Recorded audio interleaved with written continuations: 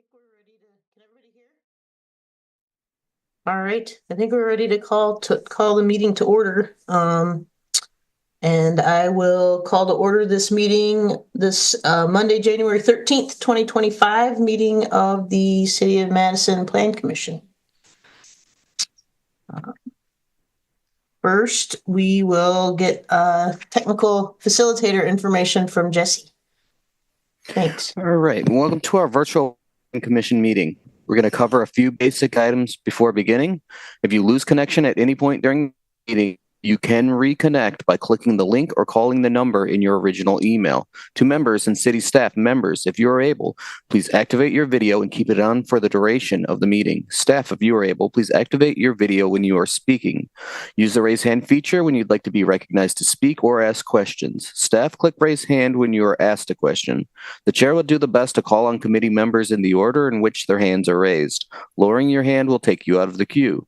Members of the public who have registered to speak, the name you entered in Zoom must match the name you entered in registration. You will remain muted until called upon. The clerk will tell you when your time is up. After all register and speak, a member of the body may ask you a question. If you need to share documentation with the commission, please send it to the email listed in today's agenda. Chair, the floor is yours.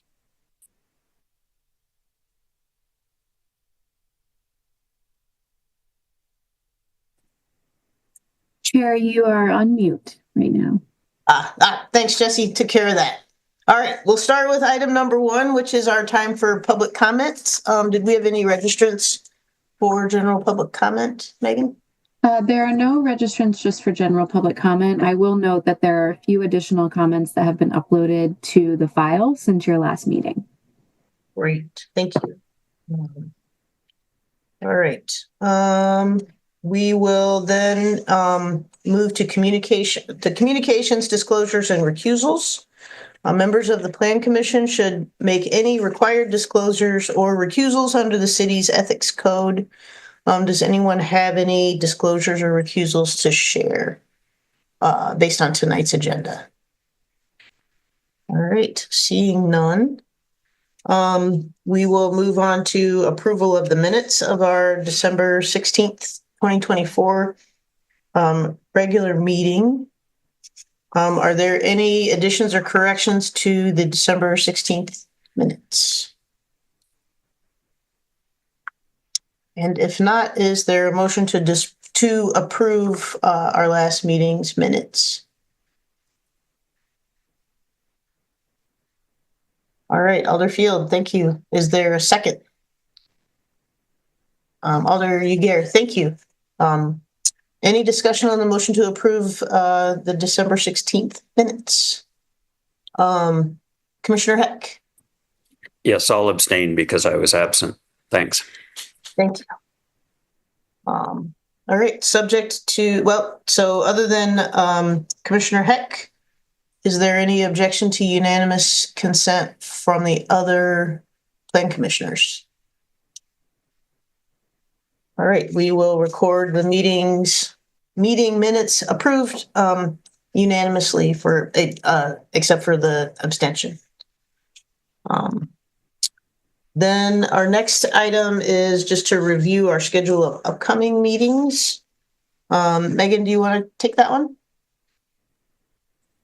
Sure, I can do that. We have regular meetings coming up on February 3rd and 17th, as well as March 3rd and 17th. Those will both be virtual online at 5:30. We'll also be working with the chair shortly to confirm the agenda for our special meeting on Thursday, February 13th.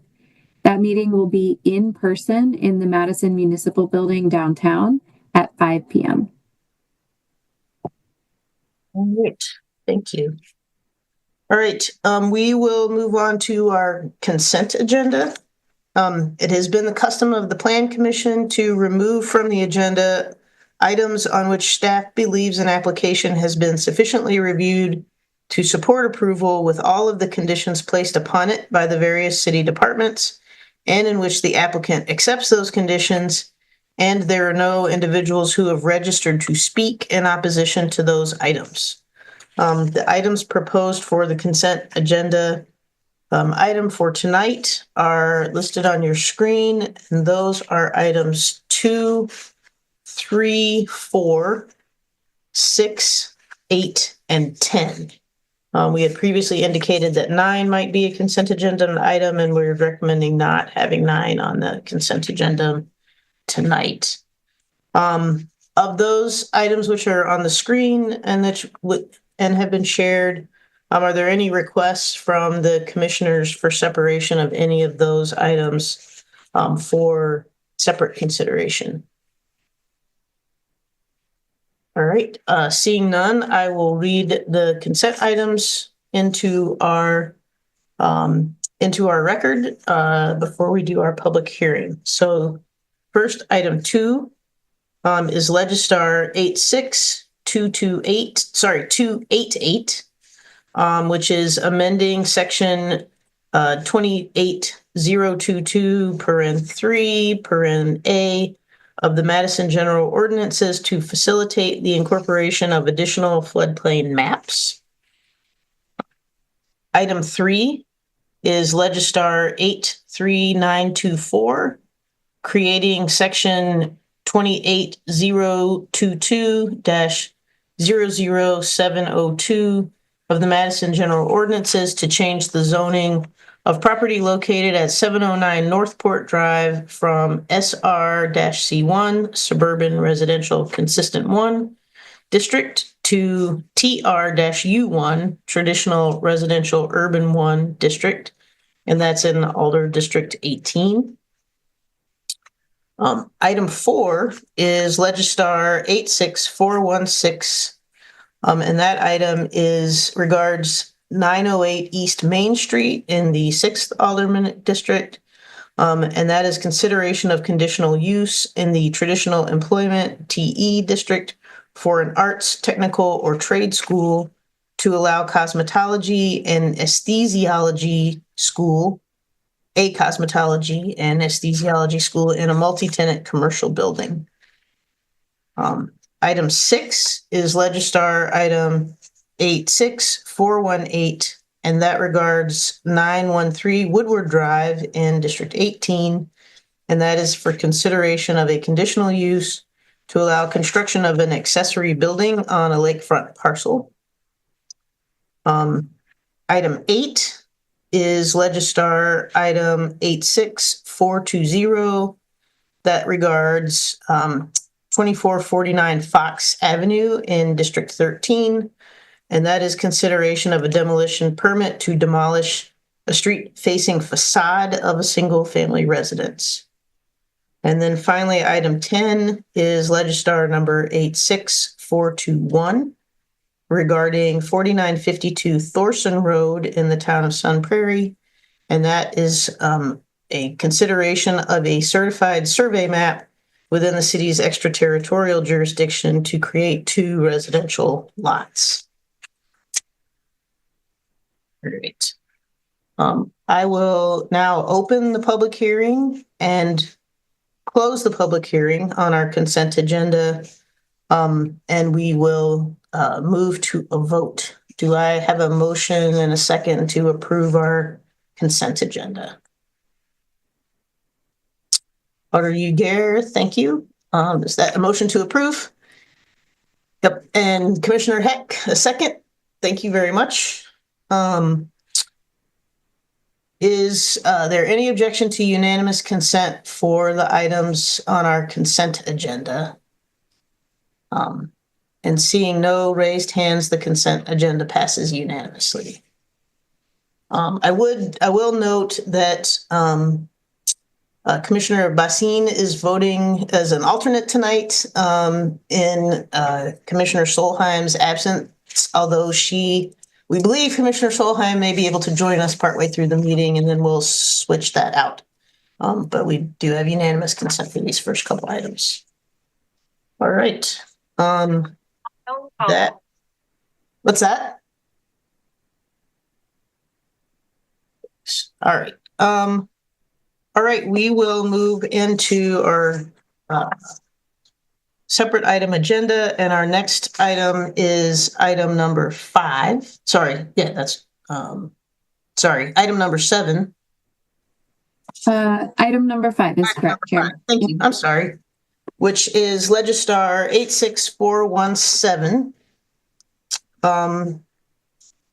And we will start out with a presentation from planning staff. I think this is Tim's. Yes, Chair, members of the Plan Commission, item number 5 is a series of conditional uses for approximately 2.5 acre property located at the corner of East Wilson and South Blair Streets, which is familiarly known as the Comeback Inn, the Essen House, and the Up North. Some of the members of the Plan Commission who were on the body last June will recall that this was the site of a redevelopment for 2 buildings, 170-unit apartment building and a hotel, and that the site was rezoned from planned development, which is the zoning that the site had since 1994, to UMX to facilitate the proposed redevelopment. The rezoning, certified survey map, demolition permit, and conditional uses for that project were approved last June 2024. However, that project has not moved forward to implementation as of today. And the long-established property owner, Robert Worm, is seeking approval to continue operating the Comeback Inn and Essen House, as well as seeking conditional use approvals for a shared outdoor eating area that exists along the rear of the Comeback and the Essen House, as well as approval for amplified sound for an outdoor eating area to allow 3 nights of live music from 4 until 9 p.m. between March 15th and November 1st, as well as a conditional use for outdoor recreation for 2 sand volleyball pits to be located in the center of the existing parking lot. Those would be proposed to operate between 5:30 and 10 Monday through Friday, and from 12 to 9 on Sunday. And also seeking approval with a separate layout for the parking lot outdoor event spaces for 6 events or festivals that are enumerated in the letter of intent.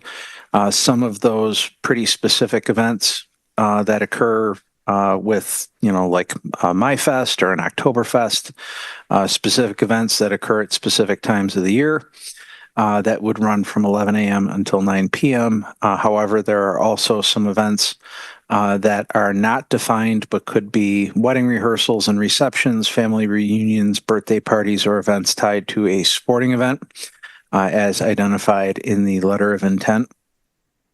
So the project requires, or the requests require, a few conditional uses from the Plan Commission. First of all, because the Comeback Inn and Essen House were previously zoned PD, and the zoning of the site changed to UMX, and because the applicants are seeking conditional uses related to their restaurant nightclubs, we are proposing that the restaurant nightclubs for conditional uses for the Comeback and the Essen House be approved. The applicant is proposing an outdoor eating area that's open after 9 p.m., which is a conditional use in the UMX district. It would be permitted if it closed at 9. However, if it's going to remain open after 9 p.m., it requires conditional use approval from this body.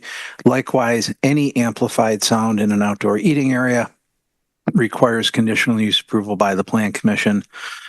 So a series of conditional uses, which some members of the Plan Commission will recall, similar requests were before the body in May 2023 and again last January 2024 when the site was still zoned PD. Those were treated as Plan Commission alterations to the plan development to allow for outdoor recreation and outdoor eating to occur. The plans that are before you have not changed substantially, if at all, from the plans that were before the body in the two preceding requests in 23 and 24.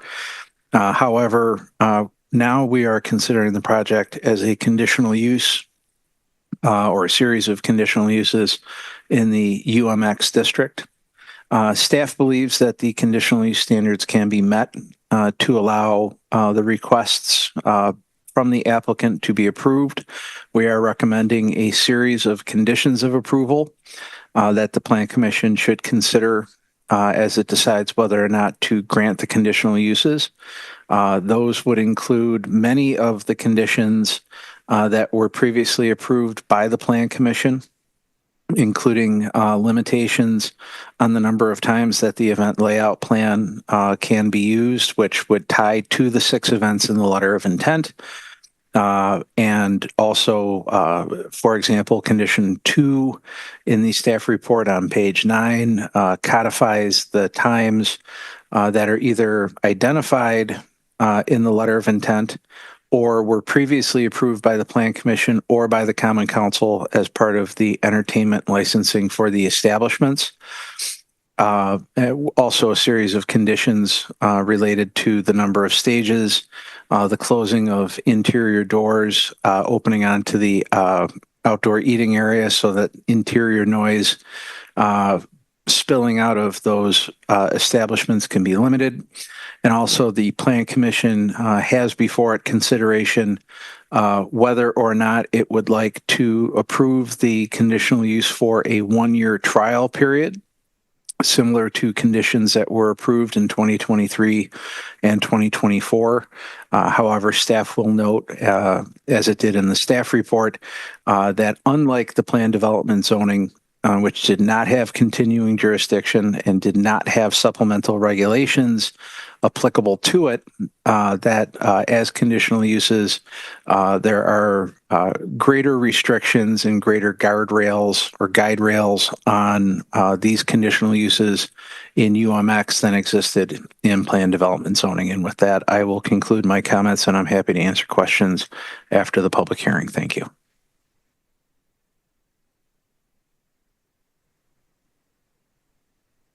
All right, thanks, Tim.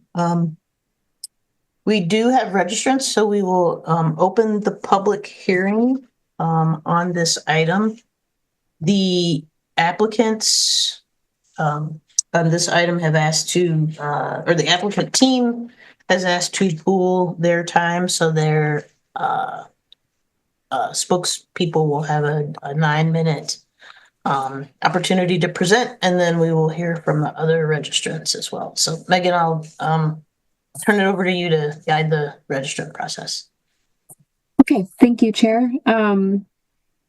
I will call out the first speaker and see if it's their intent to pool their time. I do know we have pooled time for our next item, but we'll offer it to this team too if they'd like. The first team is Neil Hansen, registered in support representing Essen House.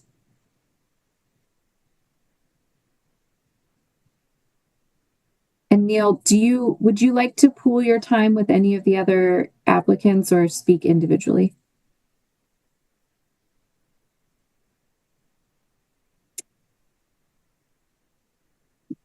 Neil, it looks like you're on. Oh, there we go. Thanks, Megan. I did misspeak about the pooling time, so I appreciate you clarifying. No problem. Okay. All right. So, yeah, turn your volume down. Okay. The importance of an active mixed-use area cannot be underestimated.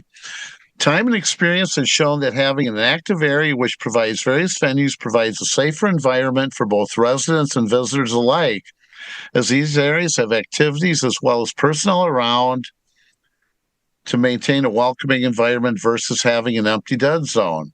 It is in everyone's best interest to maintain a safe, active environment and maintaining standards of cleanliness and behavior. In the not-too-distant past, 70s, the 80s, when there was no downtown commercial activity, there was a large problem with aggressive panhandling, prostitution, and damage to property, which has now largely gone away. when there's a large problem in the early 90s with vice type activity, and it migrated to Franklin Street and the surrounding areas, we were heavily involved with the Neighborhood Safety Committee and helped patrol the area. And this and other issues have been solved. The worry about areas which are uncontrolled, there has been some concern in the neighborhood around the beacon with the people before they open up. And our activities will help mitigate some of the problems. The other advantage, which having an active area, is that we need to be welcoming to guests to our city, whether it's one-day visitors looking for unique shops, stores, entertainment options, or unique activities in general. The same can be said for multi-day guests, whether it be a weekend away from home, sport competitions, or business gatherings or conventions, which are looking for areas unique with different options to make it attractive for those planning these events. We have had many guests that have said they enjoy the activities we have to offer, as there are different options for them, and the fact that with the lingering concerns regarding COVID, they greatly appreciate the outdoor option. All said and done, an active, vibrant area proves to be a safer alternative for those active individuals and those who desire to be in a monitored, safe area. Okay, thank you.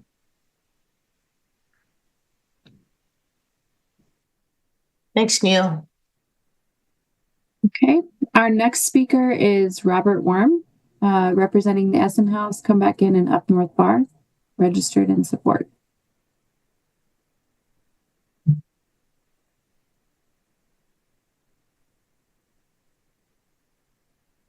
Can you hear me?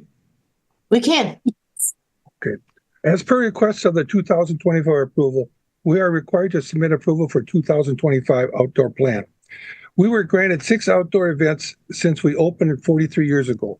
They range from seasonal events, sporting tailgates, weddings, celebrations, life, and other large events. This was encouraged by the city and neighbors to bring activity to our area and help discourage the red light district and the least desirable part of town, which resulted in safety, livability, and helped spur reinvestment in the area. Proper notice of these events will be given to the alderperson no less than 30 days before the event. We have no known complaints on record referring to these 6 events. The one volleyball pit was approved in 2014 and registered with the county deeds. Since that time, we have no record of complaints. Neighboring bars on Williamson Street has volleyball till 11 o'clock. Changing the time from 10 to 9 has limited the number of players, characteristics of the area of our neighborhood. Having people from the neighborhood enjoying playing volleyball should not be limited to 9 o'clock. Since 1983, we have 6 events outside. 1996, we have outdoor dining. We paid for the tent permit in 2023. We were told this was not permitted later on. Since 1996, we've had live music outside on a regular basis. We developed condominiums on the west side of our parking lot in 1995. We have 3 entertainment and dining establishments and a hotel, Ruby Marie. We have neighbors, Madisonians, hotel guests, friends, and just plain passerbyers enjoying the outside environment and the city of Madison. We're keeping with the original tradition from 1983 of activity, friendly environment, and neighborhood safety. We serve food until 10 or 11 o'clock outside, and our diners are allowed to sit outside until midnight. No limitations on smoking outside. We appreciate Planning Department continual approval of table service until midnight, 7 days a week. Having live music outside Sunday, Monday, and Tuesday helps the city of Madison and its residents with a vibrant and healthy atmosphere. We had no complaints about outside music until 2022. Thank you. Thank you. Okay, the next speaker is Christina Pirius, also representing Essen House. All right, you got me? We can hear you. Okay. The Comeback In volleyball community consists of approximately 360 players plus their supporters. 8 to 10 teams play 6 days a week. Many of these teams have been consistently devoted to summer volleyball prior to COVID and have been here from the start in 2014. We have seen this downtown community mature from young single 20-somethings to engagements to parents bringing their kids to come back in volleyball. This past year, we were forced to lose veteran teams due to the 9 p.m. end time. It caused many challenges. Our teams felt rushed throughout the summer evenings. We did some research and found out Come Back In has the earliest end time in Madison and the surrounding area. Just less than a quarter mile away in District 6 at the Wisco, volleyball is allowed till 11 p.m. I'm hoping for some continuity between high-density housing in this district. The adaptation of volleyball end time at 9 p.m. had no investigation or history of complaints from the community. It was merely a suggestion to be consistent with other standards. The not explored suggestion has led to frustration to a large community that has devoted itself to bringing life downtown. The hardship will continue for both us and those that wish to participate in a healthy activity. We also are actively staffed to be compliant to standards. On weekends, we have security and use an ID scanner. Thank you. Thank you. Okay, next we have somebody named Bob J. from District 6 registered in opposition. Can you hear me? We can. Thank you very much. I'm opposed to changing the 2024 conditions. I've been talking to my neighbors, and we're concerned about the amplified music outside. We are fine having music 2 nights a week, ending at 9 o'clock. We understand the fun and festivities with volleyball, but being in a dense neighborhood, we want that to end at 9 p.m. We support the 6 events, and we do support food outside, but again, amplified music with the food has to end at 9 o'clock. And we like to see this go forward on a 1-year trial. So that is what I'm hearing from my neighbors on the 100 block of South Franklin Street. Thank you. Thank you. Okay, next we have Stephen O'Neill from District 6 registered in opposition.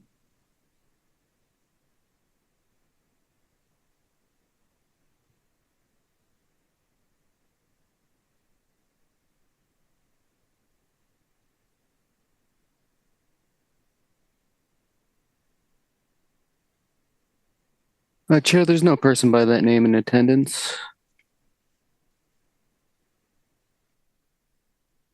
You see, Okay, Jesse, they can't raise their hand, can they? On that. And anyway, we can just move on then. Chair, there is someone that raised their hand that does not match that name. If we want to give them a chance to state if that is them.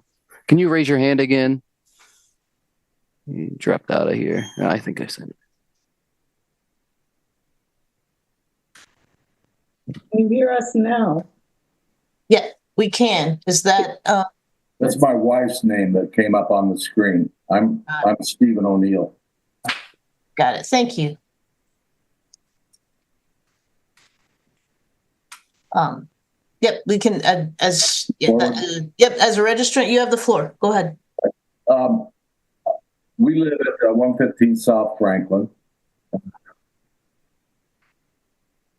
Yes, and we're certainly not opposed to music. We're not opposed to eating. We're not opposed to people playing volleyball.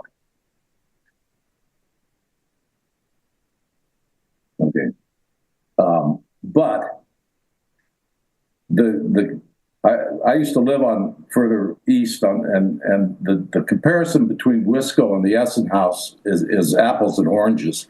There are apartments there now, but it used to be that wasn't a neighborhood where late night activity would prevent people from getting a good night's sleep. We are profoundly affected by what happens at the Essen House.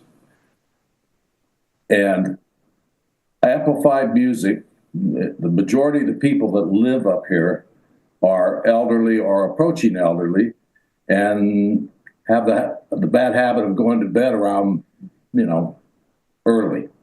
So it does have a profound effect, especially when it goes after 9 o'clock, and especially when it's amplified music. And I'd just like to say also that these condition reports and the different statutes and stuff like that are worthless if they're not enforced. And there have been situations where Mr. Worm has kind of scofflawed a little bit about what those regulations are.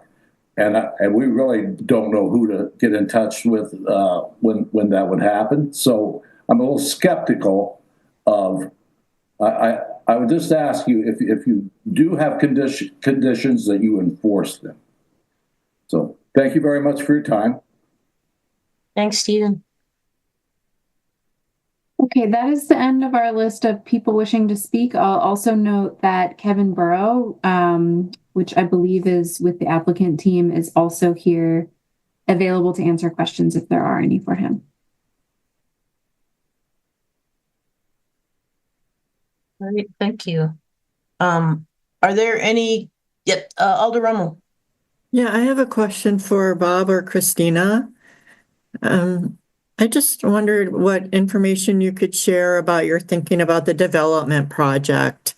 I know you got a great outpouring of people who didn't want you to close, and I kind of think that has, informed your decision. But I'm just wondering if that's still in the medium term, short term, long term. What is your thinking? Thanks.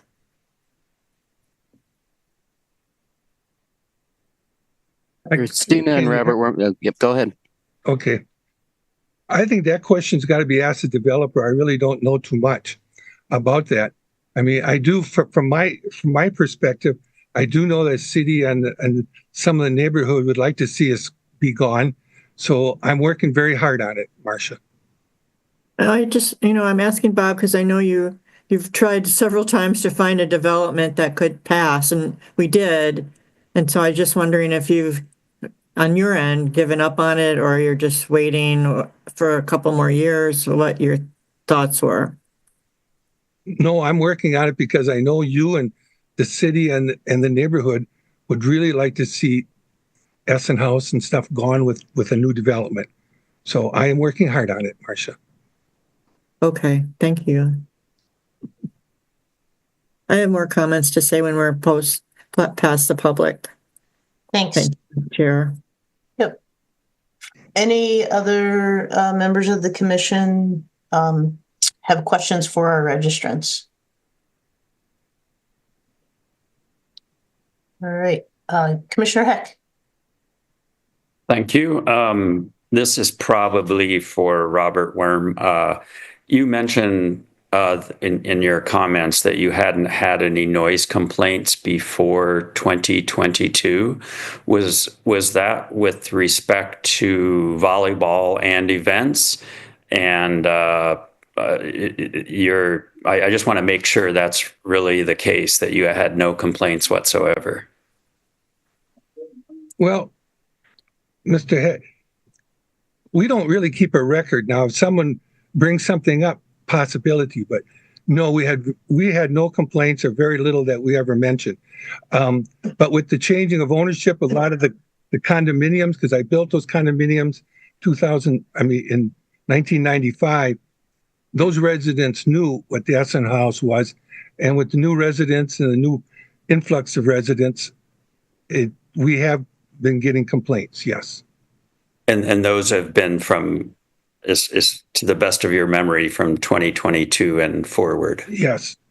Okay. Yes. Thank you. That was my question. Thanks. Any other questions for our registrants? All right, seeing none, we'll close the public hearing. And now would be time for questions for planning staff from the commission. Alderfield. Thank you, Chair. I do have a question for staff on an item that came up during one of the public comments remarks. Someone had mentioned that they weren't exactly sure who to follow up with when there are violations or when they want to file a complaint about a violation of conditions such as those that the Plan Commission's approval might include. Do you mind sharing with us and folks watching the meeting who we would reach out to and share those concerns with? If it's related to the conditional uses that would be approved, that would be a complaint that would be filed with zoning. And it would follow, and now that we're talking about a conditional use, it would fall under the continuing jurisdiction provisions in section 28.183 of the zoning code that talk to a complaint and who can file one, which is pretty much anyone that the zoning administrator would investigate and report to the Plan Commission. The Plan Commission would then decide if there was grounds for a public hearing to be held to modify or revoke the conditional use. As far as complaints about the entertainment license, I believe those would be filed through the city clerk's office, who oversees that process. Okay, thank you.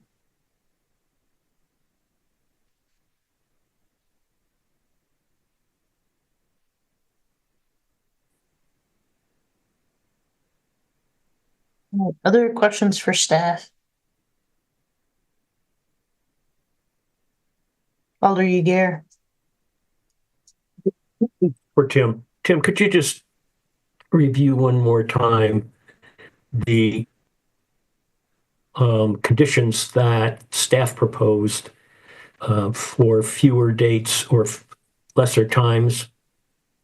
Yes, consistent with the last approval that the Plan Commission granted when the Comeback and the Essen House were zoned plan development. We are putting forward the opportunity for the Plan Commission to oppose a 1-year limitation on this conditional use approval. And then we're taking the outdoor events and putting in the conditions of approval consistent with how they're represented in the letter of intent, and 11 a.m. to 9 p.m. for those 6 outdoor events and festivals subject to the event layout plan. Outdoor live music would be 2 nights a week, to be determined by the Plan Commission. The applicant has requested Sunday, Monday, and Thursday from 4 until 9, consistent with the previous approvals. Staff is suggesting that 2 nights be approved, at least on an initial basis, or at least, being consistent with the previous approvals, that the Plan Commission can choose to go forward with all 3 nights. Or otherwise choose 2 of the 3 nights requested. Of course, the Plan Commission has the opportunity to say no live music, and we can discuss that further if the Plan Commission so chooses. Outdoor recreation would be 5:30 to 9 p.m. Monday through Friday, and 12 to 9 on Sunday.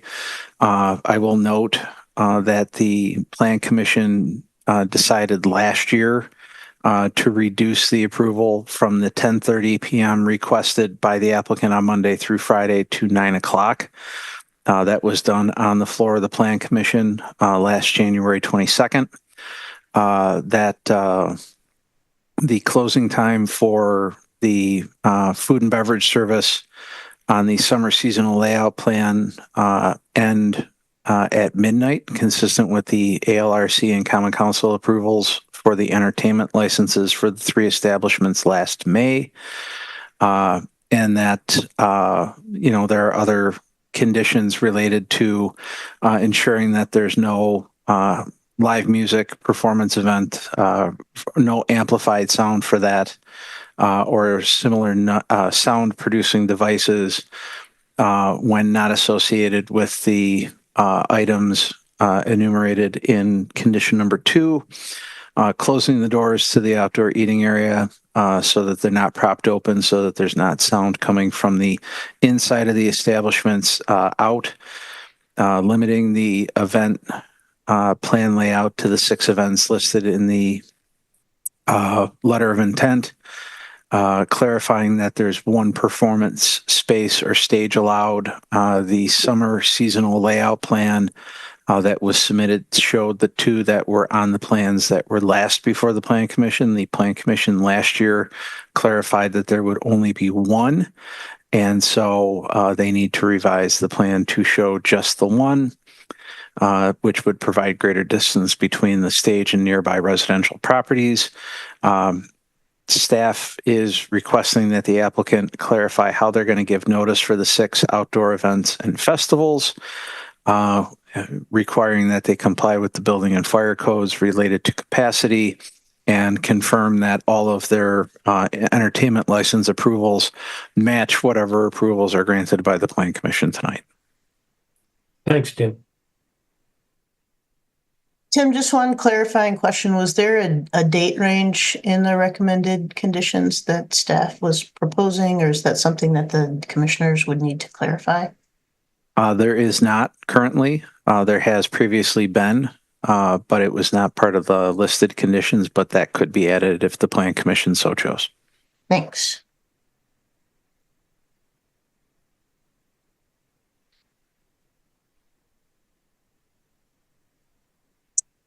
Commissioner Mendez.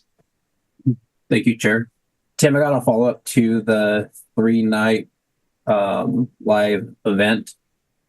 Can we stipulate, or two, can we stipulate 2 out of those 3 nights they could have an event? So if they were to, they have every Sunday, they were to have music, but then they have an opportunity for a concert on Monday or Thursday, they could pick one of those, but they could only use 2 every week?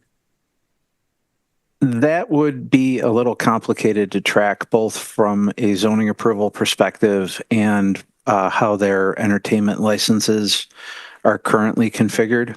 Right now, both their zoning approvals, which are now expired, were for Sunday and Monday, as well as their entertainment license. And so having the opportunity to toggle between some combination of the 3 nights, I think, would be difficult to track for the community and from an enforcement perspective. So if the Plan Commission is inclined to only choose 2 nights, those would be the 2 nights every week consistently, whether the applicants had the opportunity to book performances. So if the Plan Commission chooses, say, Sunday and Thursday, Comeback Essen House up north would have the opportunity to book on Sunday and Thursdays. And if they don't use them, we would say that they should not pivot them to another night. That would work better for them, because I think we're trying to create some consistency for the community as well as for our enforcement folks. Okay, thank you.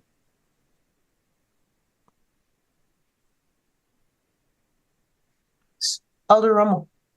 Thank you, Chair. Hi, everyone. This has been a topic I've been working with Tim on for many years. And now for the last 3 years, it's come before you with this variations on this request.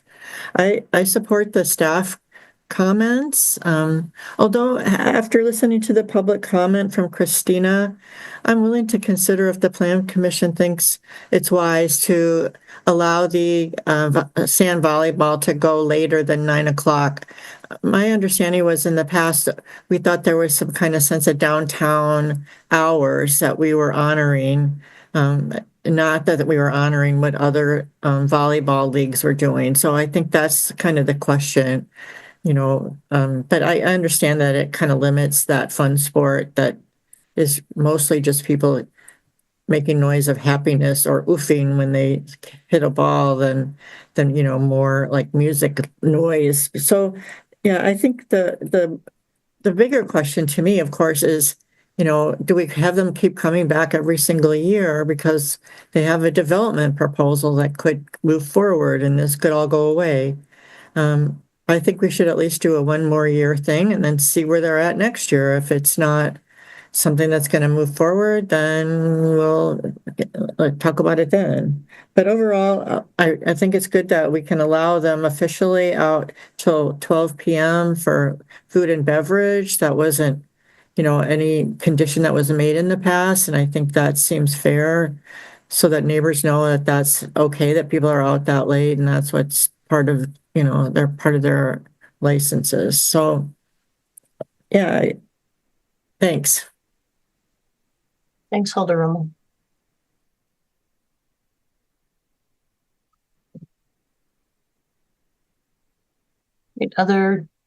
Thanks, Commissioner Heck.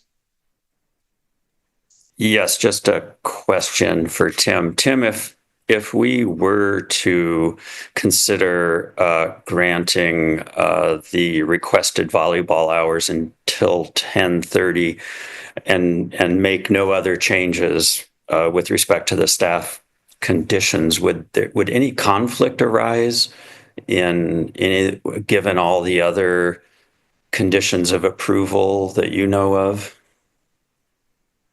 I will try to answer that best I can.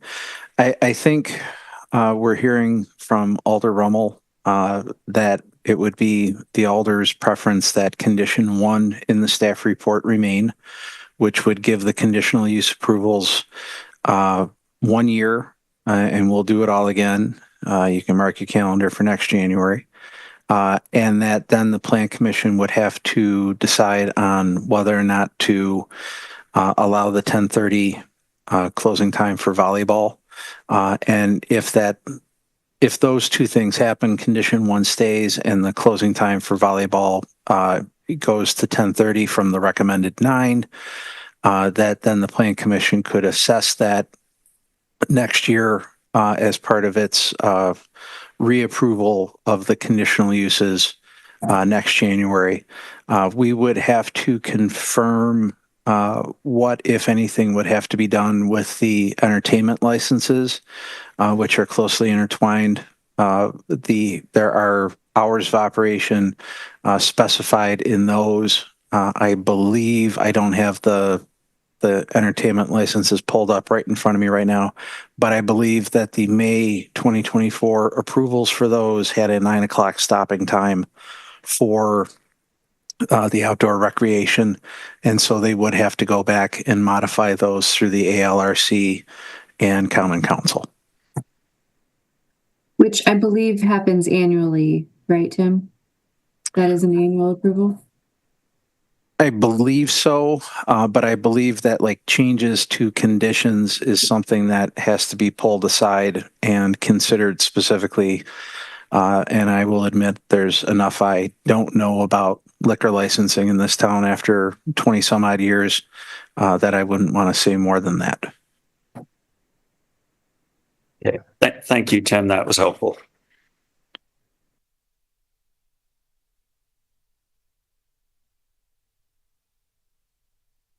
All right. Are we ready to move to a motion? Alder Uyghur. I'll move that we find the various conditions under UMEX to have been met, and that we grant the request with the conditions established in the staff report, with the exception that the hours for volleyball be changed to allow it until 10:30 p.m.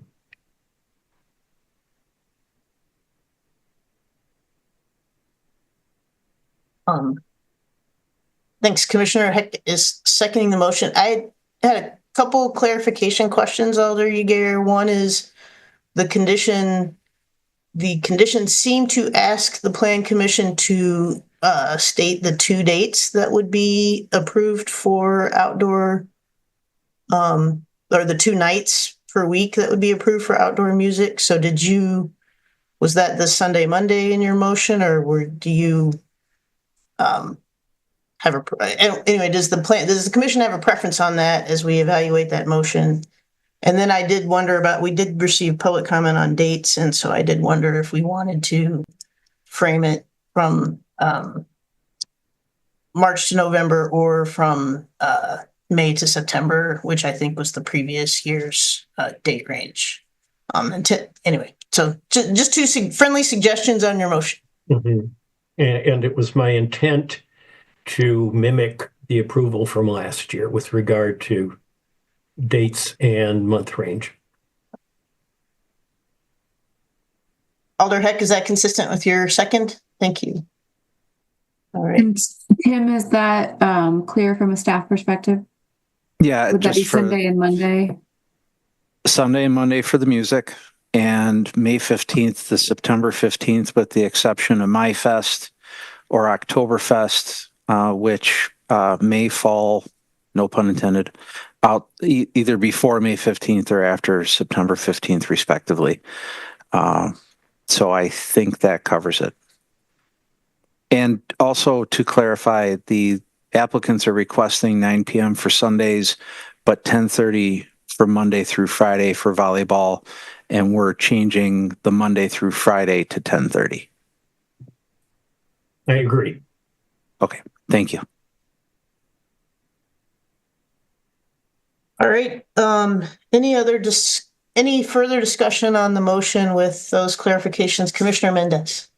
Just a question. So their sixth event that they have would also fall outside of those dates, possibly. So that's exempted as well.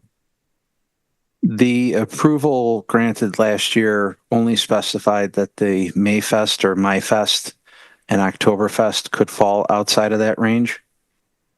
Okay.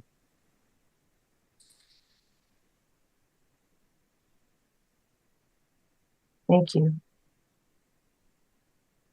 All right. Any other discussion before we would have our vote? All right. Seeing none, is there objection to unanimous consent for this item as moved and seconded with the clarification discussion that we just had? All right. We will record that item as passed unanimously by the commission. Thank you. So now we will move to item 7. Chair, if I could, before we do. Yeah, please. Apologies. I, just as you were taking the vote, was able to find the approval from last year.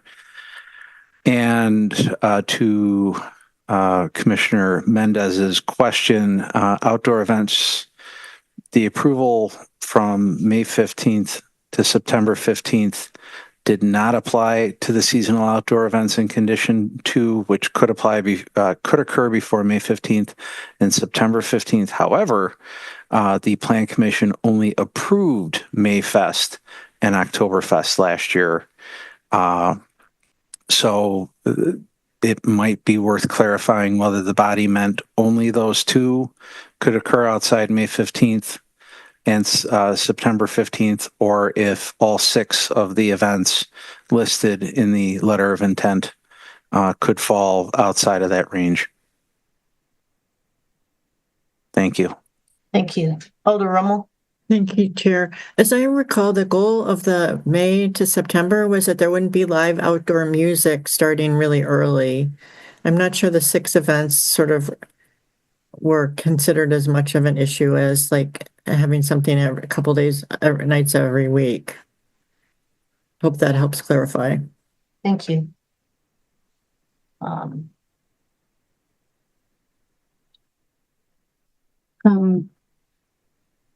So do the commissioners have thoughts on kind of this question with the 6 events and whether those should have a calendar limit? Alder Yeager.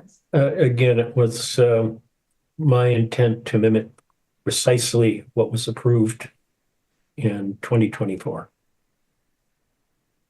So I think that means the 2 dates, yeah. 2 events were 2 events could bleed over, but everything else. Oktoberfest, yeah. Okay, thank you very much. Thanks, Tim. All right, I think we have clarification on item 5, and we'll be able to move to item 7. And I think we have staff presentation from Chris. Welcome. Thank you, Chair and members of the Planning Commission. The request before you is for a demolition permit to demolish the 2 single-family structures on the lot. Back on September 23rd of last year, the Planning Commission found that the request for approval of the, albeit identical, demolition permit, they found that the standards were not met and the members cited the report provided by the city's historic preservation planner and landmarks commission regarding the buildings as contributing structures in the Wingrove Park Historic District and their adjacency to many other structures in the historic district and the Edgewood campus, as well as the condition of the buildings as the basis for denying the demolition permit. So I just wanted to remind everyone what came rather recently, since there were some new members. Again, this is an identical request. However, I would certainly note that there is a inspection report that has been uploaded to the public record for this request, conducted by an independent inspection company. The report contains pictures and is very detailed. In regards to standard 6, the planning division staff have not inspected either structure and note that while the zoning code states that the building's condition must be considered, it does not specify a certain structural condition or level of disrepair that is necessary in order to approve the demolition. And kind of following up on that, the planning division staff have not received any comments from building inspection, fire, or police. On balance, staff believe that it is possible that the demolition standards can be found met given the submitted inspection reports, though note careful consideration should be given to the historic preservation considerations referenced in the report. Staff note that the proposal is consistent with adopted plan recommendations related to the land use. And while it is our understanding that there is a proposal or kind of the intent is to build a single family house on the lot, should these approvals be granted, that would be a permitted use and is not up for consideration this evening. So with that, I would be happy to answer questions after the public hearing. Thanks, Chris. We have several registrants on this item. So we'll remind folks to keep to the 3-minute minimum, except for the applicants who have pulled some time. And I will turn over to Megan to manage the registrants as we hear from them. And we'll open the public hearing and hear from the registrants in order. All right, thank you, Chair. As the chair noted, our first speakers are wishing to pool their time and they're representing the applicant. So we will hear from Robert Proctor, Chris Nelson, and Sammy Kawas, who are going to pool their time. And I believe Robert and Chris are going to speak on behalf of the applicants for 9-minute maximum.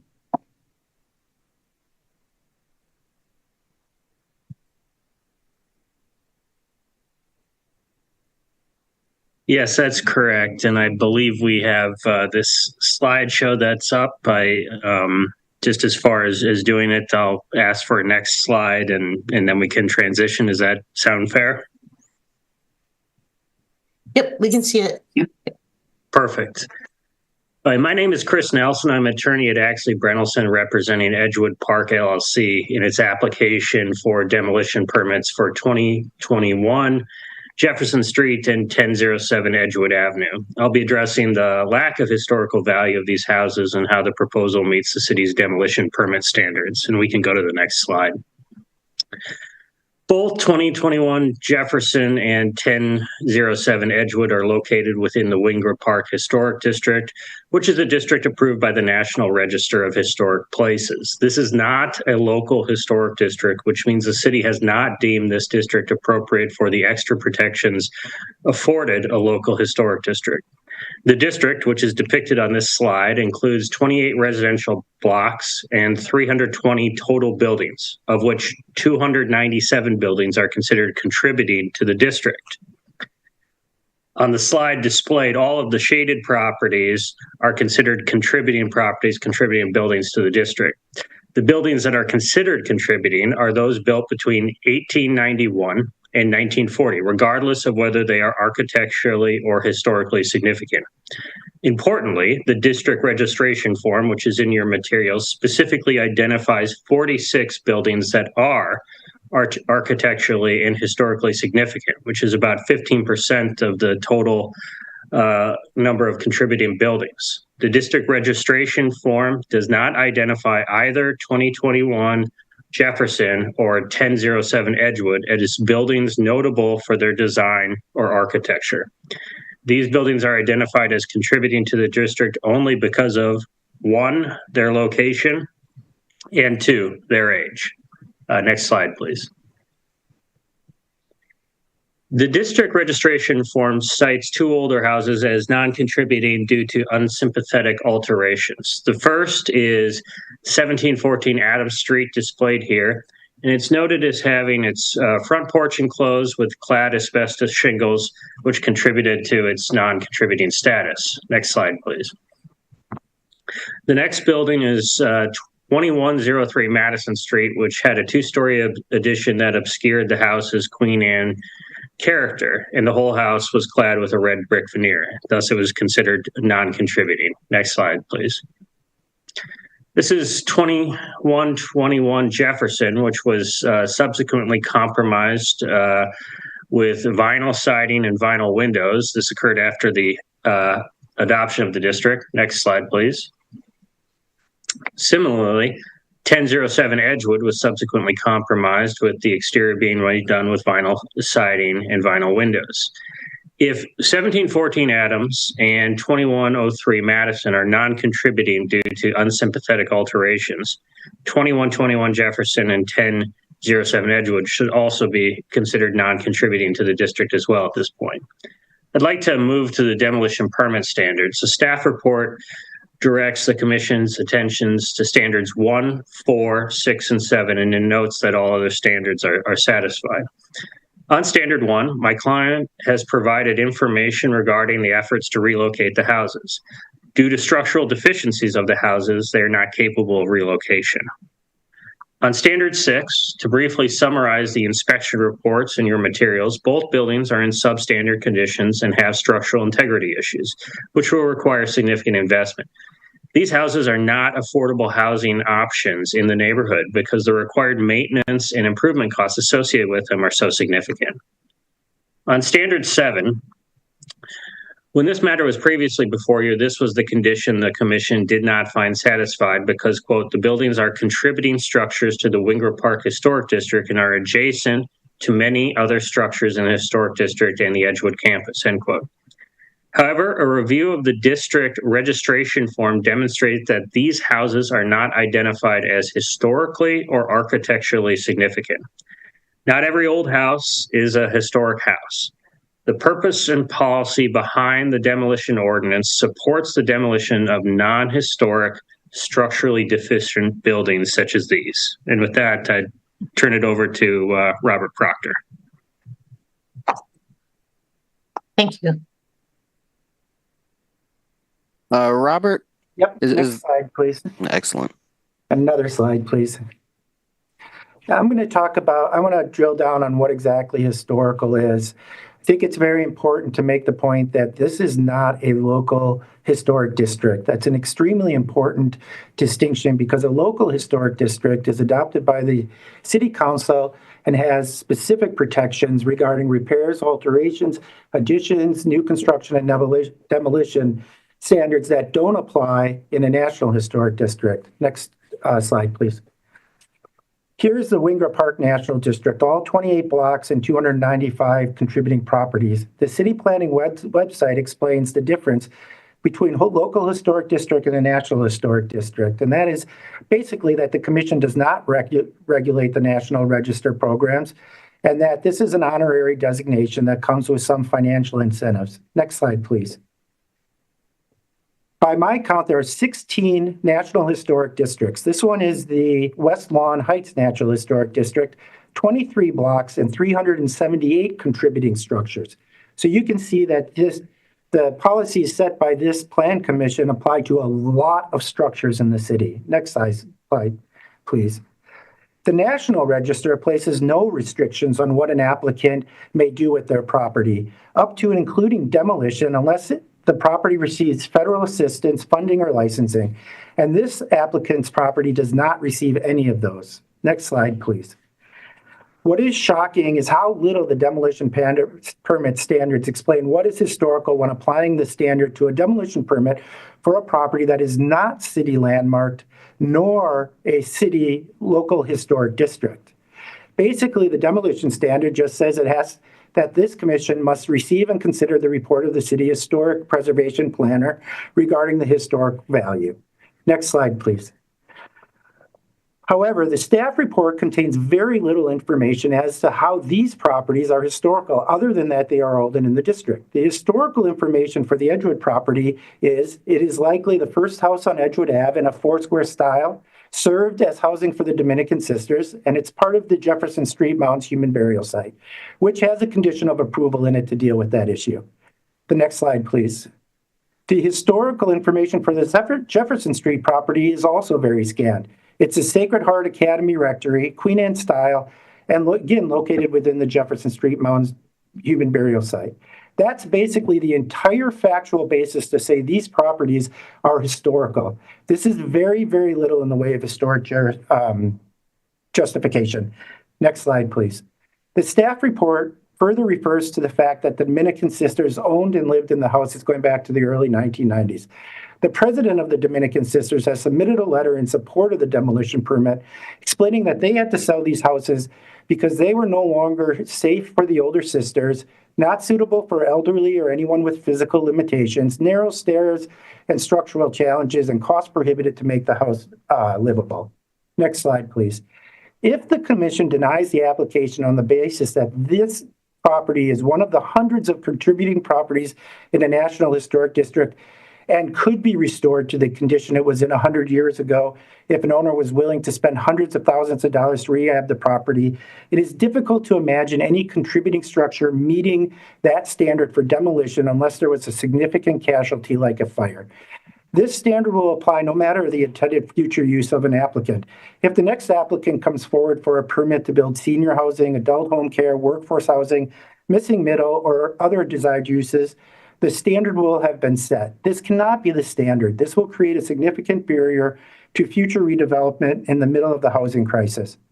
Because the facades of these structures are compromised, because being in a National Historic District does not prohibit demolition, because the city did not landmark these properties, because the city did not make Wingler Park a local historic district, and because these houses are substandard structures, we ask that the Plan Commission grant the permit. Thank you. Thank you, Mr. Proctor.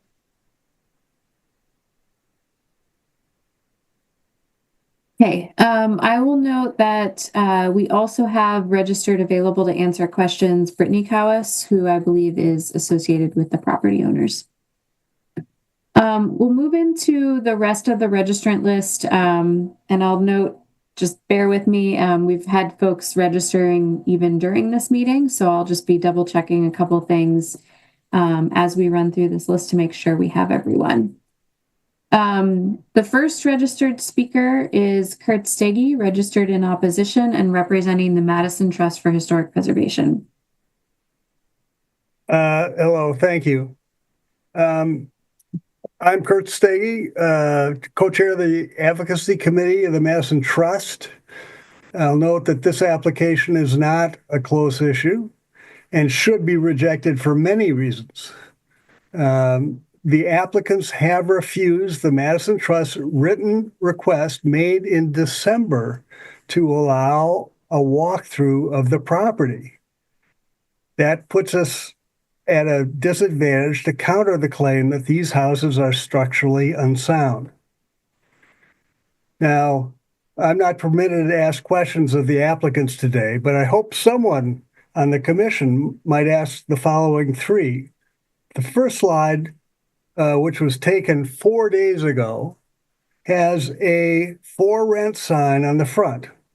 And it's been often listed for rent in 2024. How does that square with the contention that it is unsafe for habitation? Next slide, please. This slide shows the house at 2121 with a package on the front steps. Again, same date, 4 days ago. When was that house last occupied is the question. Third question, at the first Plan Commission hearing in September, the applicants did not know if the vinyl siding replaced wood siding or whether it was installed over the original wood. Question 3 is the wood still there? Now, this file includes a statement supporting a demolition from the neighborhood association and a petition in support signed by neighbors. Why are they there? Well, it's because the applicants prepared a misleading one-page sales pitch seeking to be new neighbors in the neighborhood. The pitch was largely based on irrelevant information, including a full-color family photo with a cute baby. In contrast to family photos, the Plan Commission must apply demolition standards in the ordinances. And as a contributing building, or as contributing buildings, the Landmarks Commission finding is entitled to deference from the Commission. Both buildings are flagged by the landmarks with a red light, a category that deserves significant deference. In addition, because of the historic value findings, Madison's adopted plans become important references. So, comprehensive plan of 2023 includes the following quotes: increase the amount of available housing, integrate lower priced housing into complete neighborhoods, support the rehabilitation of existing housing stock, and page 55, historic preservation can improve the quality of housing in Madison's older central neighborhoods. You're at time. So thank you. Okay. The next speaker is Rick Chandler. Rick is registered in opposition, also representing the Madison Trust for Historic Preservation.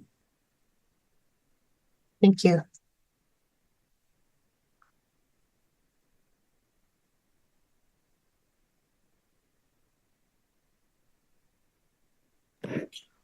Rick, you are, I just sent you an S to unmute. You are unmuted. There you go. There you go. We can hear. Oh. Hi, I'm Rick Chandler, president of the Madison Trust for Historic Preservation with more than 500 members throughout the city. We oppose the demolition permit. The applicant has not met the standards for approval of a permit in the ordinances, and the applicant's argument for the permit has several blatant misstatements. These houses are listed as contributing houses to a historic district. The applicant says they should not be listed because they have vinyl siding and other minor changes. This is flatly wrong, according to the city preservation planner and the National Register guidelines. The preservation planner says there are many houses that have been rehabbed and still qualify as contributing houses to a historic district. She says the Edgewood houses are still able to convey their historic associations and retain their historic integrity. Under Standard 4, the Plan Commission must consider the recommendations of the Preservation Planner and the Landmarks Commission, and they recommend against demolition. They say these houses in this district are covered by the ordinances. Standard 6 says the Plan Commission should consider the condition of the buildings. The applicant says the houses are structurally unsound. This is wrong. There are no negative city reports. The applicant's inspection reports show no structural problems. The applicant's photos show 2 houses in good condition. Madison Trust members with decades of professional building experience say these houses are sound based on the reports, and the issues identified involve only deferred maintenance and routine repair and replacement needs, like many similar houses. Finally, Standard 7 and the statement of purpose in the ordinances say the Plan Commission should consider whether demolition is consistent with preservation of historic buildings and the welfare of the city. Demolition would remove 2 mid-range houses which could be purchased by middle-class families and replace them with 1 larger house, unaffordable for most families. It's important to preserve all houses that contribute to our historic neighborhoods, not just grand mansions. And again, contributing houses in a national historic district are explicitly protected under the ordinances, despite what the attorneys you heard from seem to claim. Demolition would not be appropriate under the ordinances. They set up a sequence for review. Do the houses contribute to Madison's historic character? The answer is yes. Do the houses have structural problems? No. Will demolition produce net benefits for the city? No. Under the ordinances that must be applied here, the demolition permit should be denied. Thank you. Thanks. Okay, the next speaker is John Standridge in District 13, registered in support. Chair, there's no person by that name in attendance. If John is online, if you could raise your hand.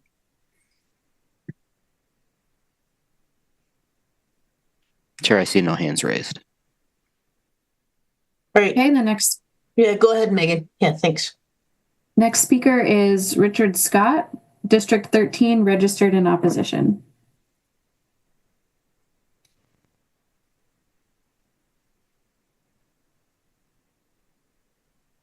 Kathleen, are you Richard Scott?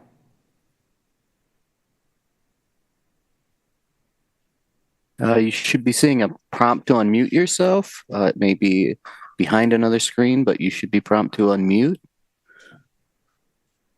That's for the one registered as Kathleen. So John Standridge is here and just figured out how to unmute. Okay, this is John Standridge?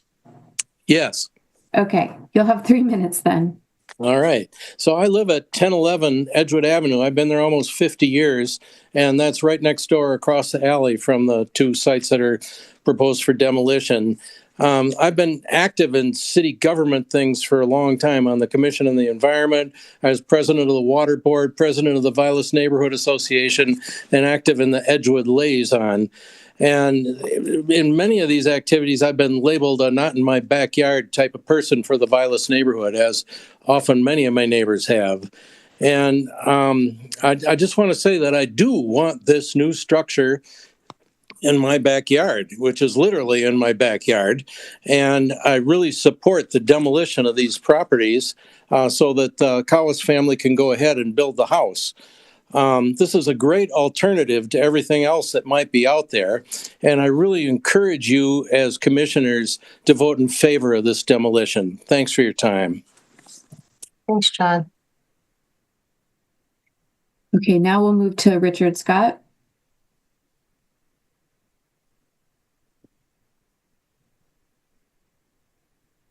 Yeah, there's no one in the name with Richard Scott. So if you are in attendance, please raise your hand.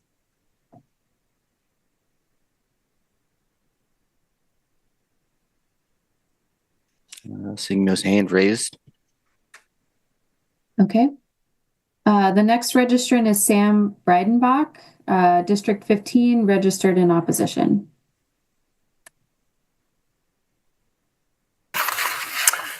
Hello, my name is Sam. Hello, my name is Sam Breidenbach, and I am testifying in opposition to the demolition of these two homes. For 35 years, I've owned TDS Custom Construction, a company that specializes in the restoration and remodeling of homes of similar vintage and condition. Some of the projects I was involved with included constructing new foundations under existing structures, building additional stories on single-story houses, and extensive whole house gut rehabs. I am now retired and no longer affiliated with the company.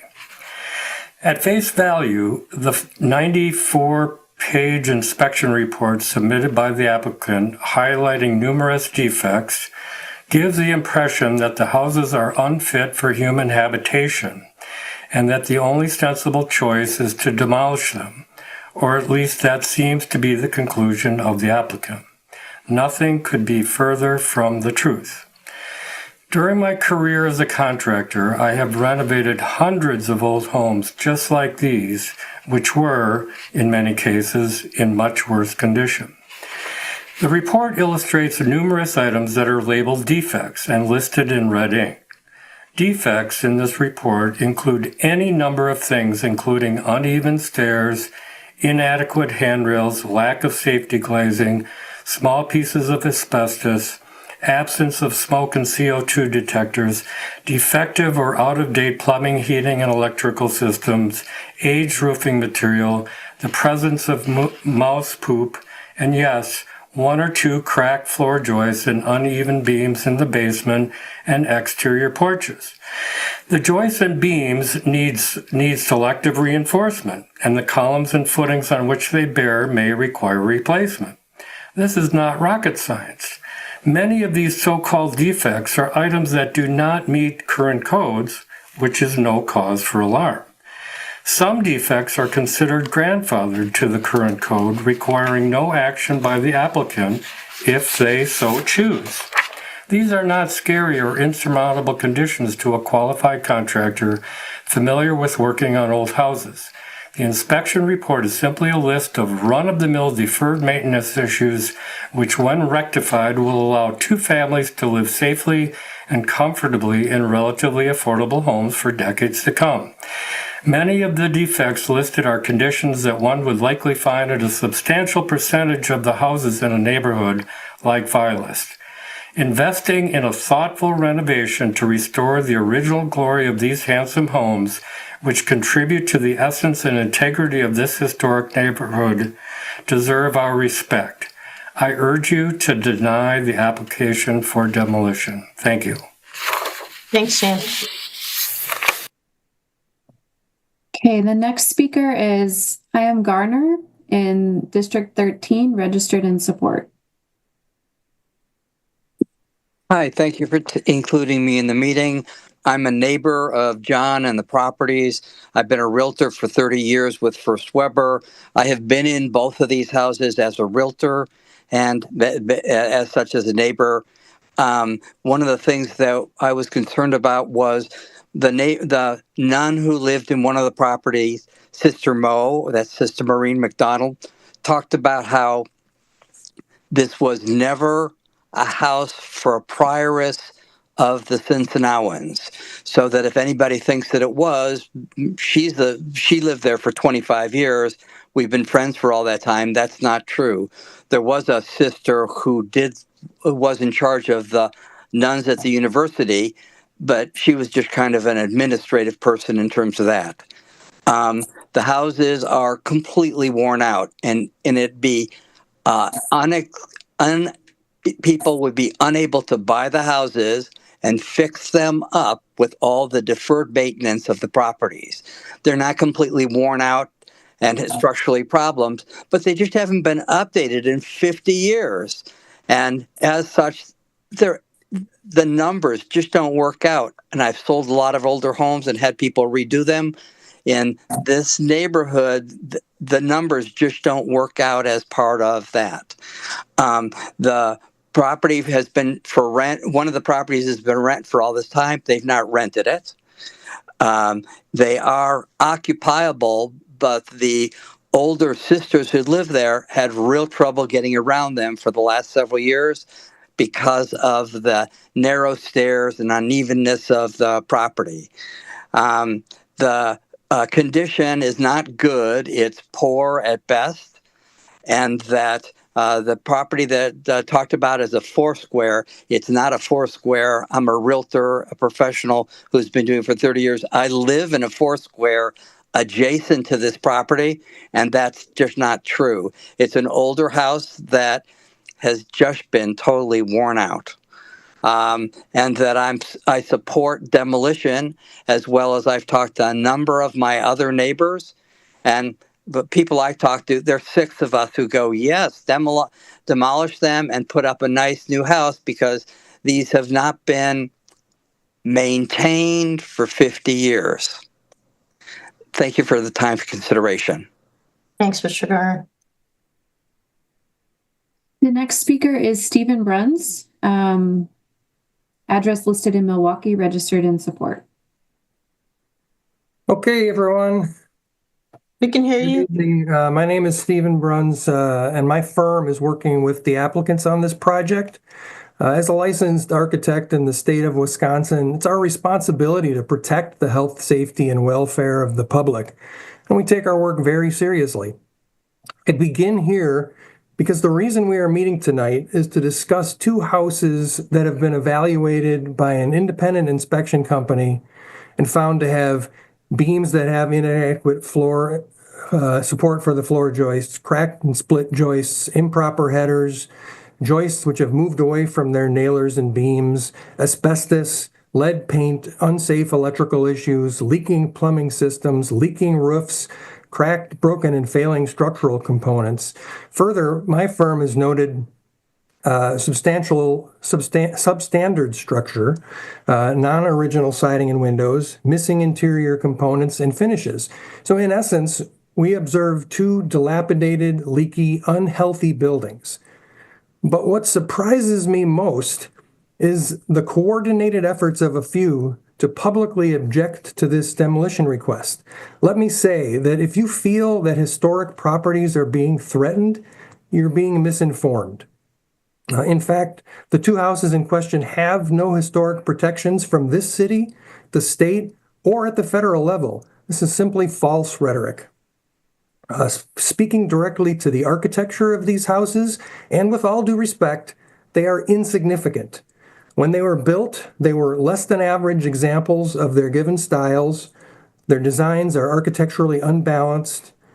They were not designed by a noted architect, nor were they built by a notable builder.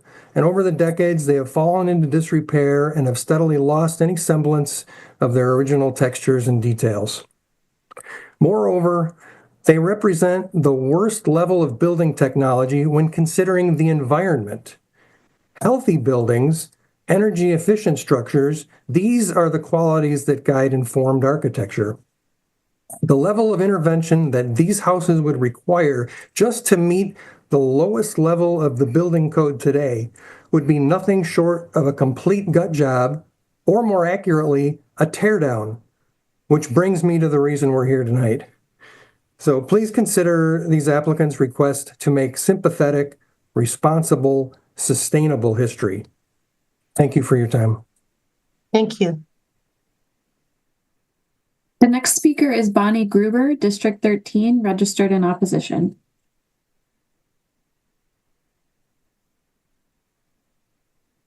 Okay, am I unmuted now?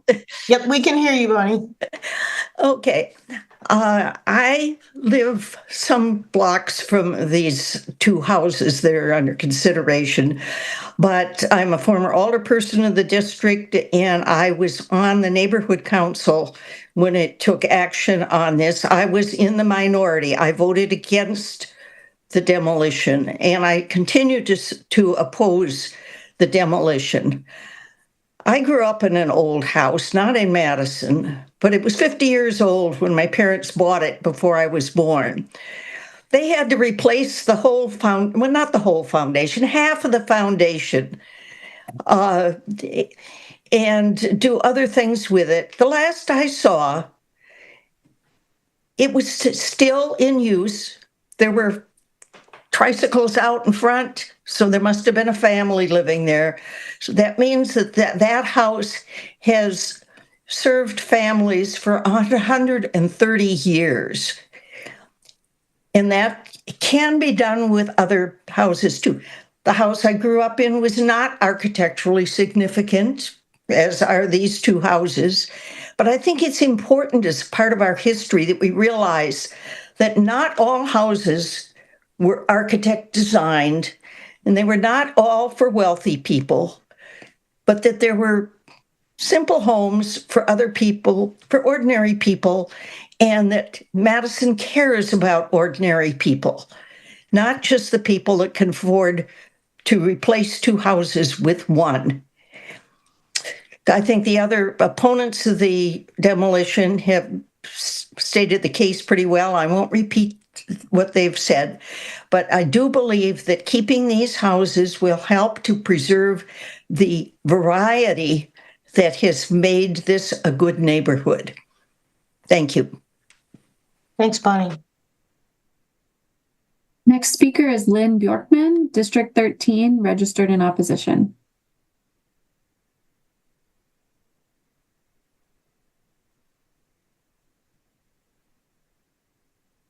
Lynn, we may just need you to unmute your microphone.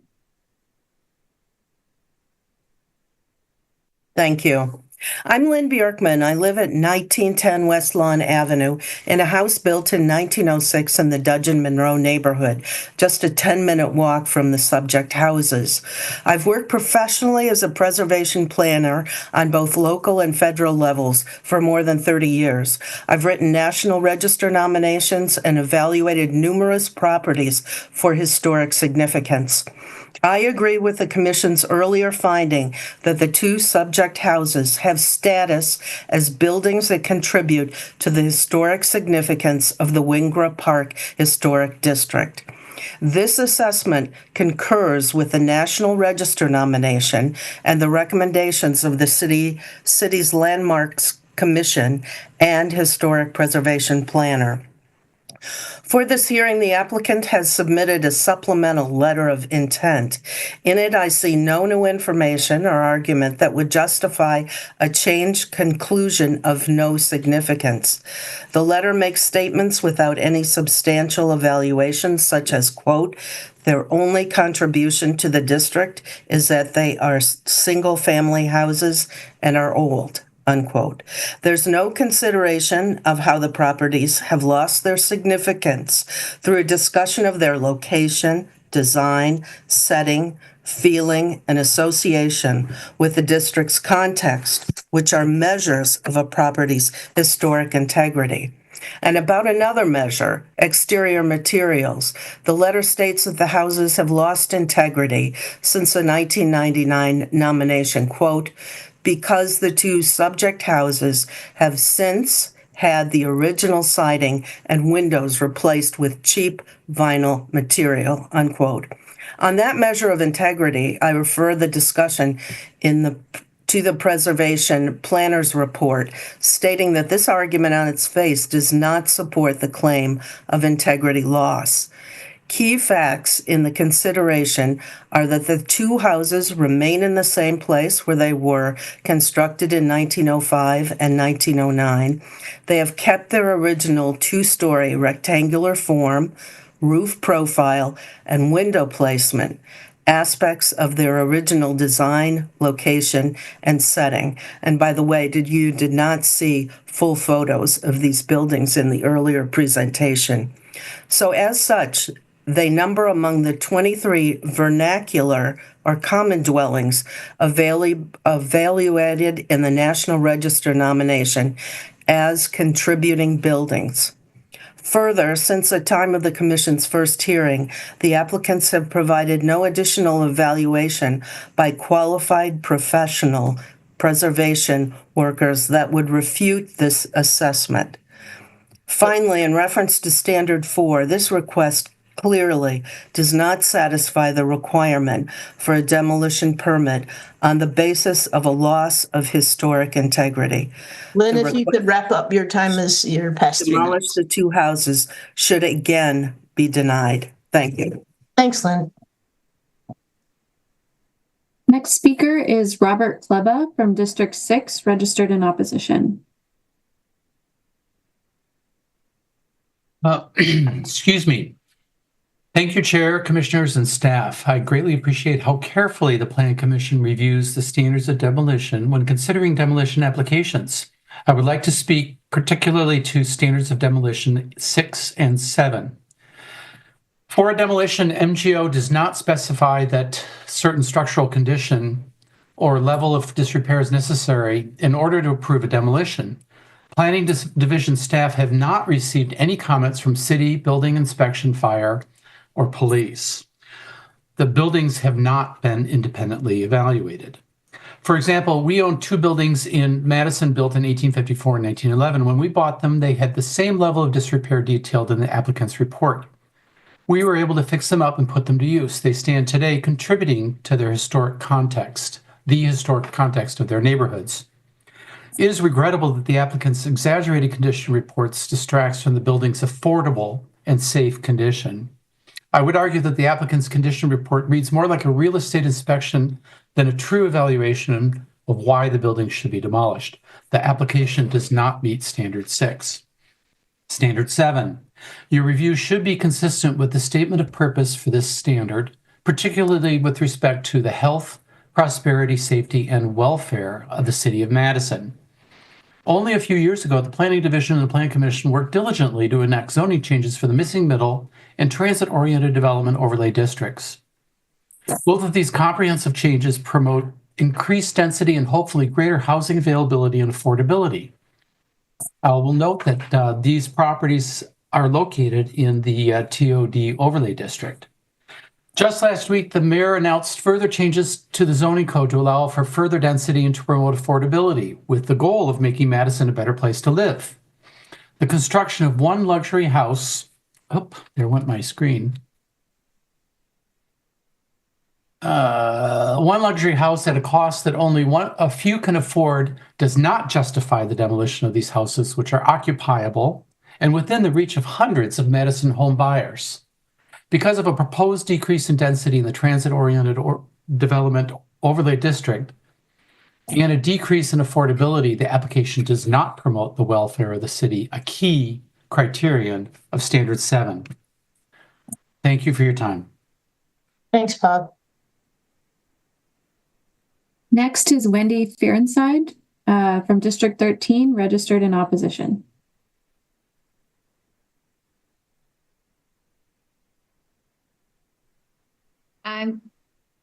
I'm here to say that I believe the Plan Commission made the right decision the first time when it denied the demolition permit and as not meeting standards required for approval contained in the Madison zoning code. I see no reason for you to make a different decision now. In fact, I think the case for opposition has only become stronger since your initial decision. First, the applicant's inspection report, that is the whole reason you are here tonight, listed defects similar to those that I and many other old house owners in the Vilas neighborhood have successfully resolved. These homes could be rehabbed, as many people have said already. Second, both houses have been recently upgraded and put on the market for rent. One looks like it has already been rented, and I believe we heard earlier that it has. The descriptions and photos on the rental listings clearly show that these are not, in fact, derelict and unsafe properties, as do the following descriptions from the sales and rental listings. Charming 4-bedroom home with lots of original character and woodwork, newer windows, well maintained.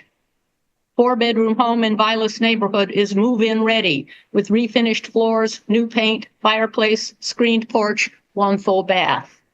3 bedrooms, 1 full bath, a bonus room that could be used as a smaller 4th bedroom, hardwood floors, and new LVT. That's luxury vinyl tile. I had to look it up myself. Third, neighborhood residents were largely unaware of the issue early on, and now that it has come to the fore, many have expressed their support for preservation in the comments you have received. Please uphold your prior decision and deny the demolition permit. Thank you. Thanks, Wendy. Okay, next speaker is Eileen Thompson from District 13, registered in opposition.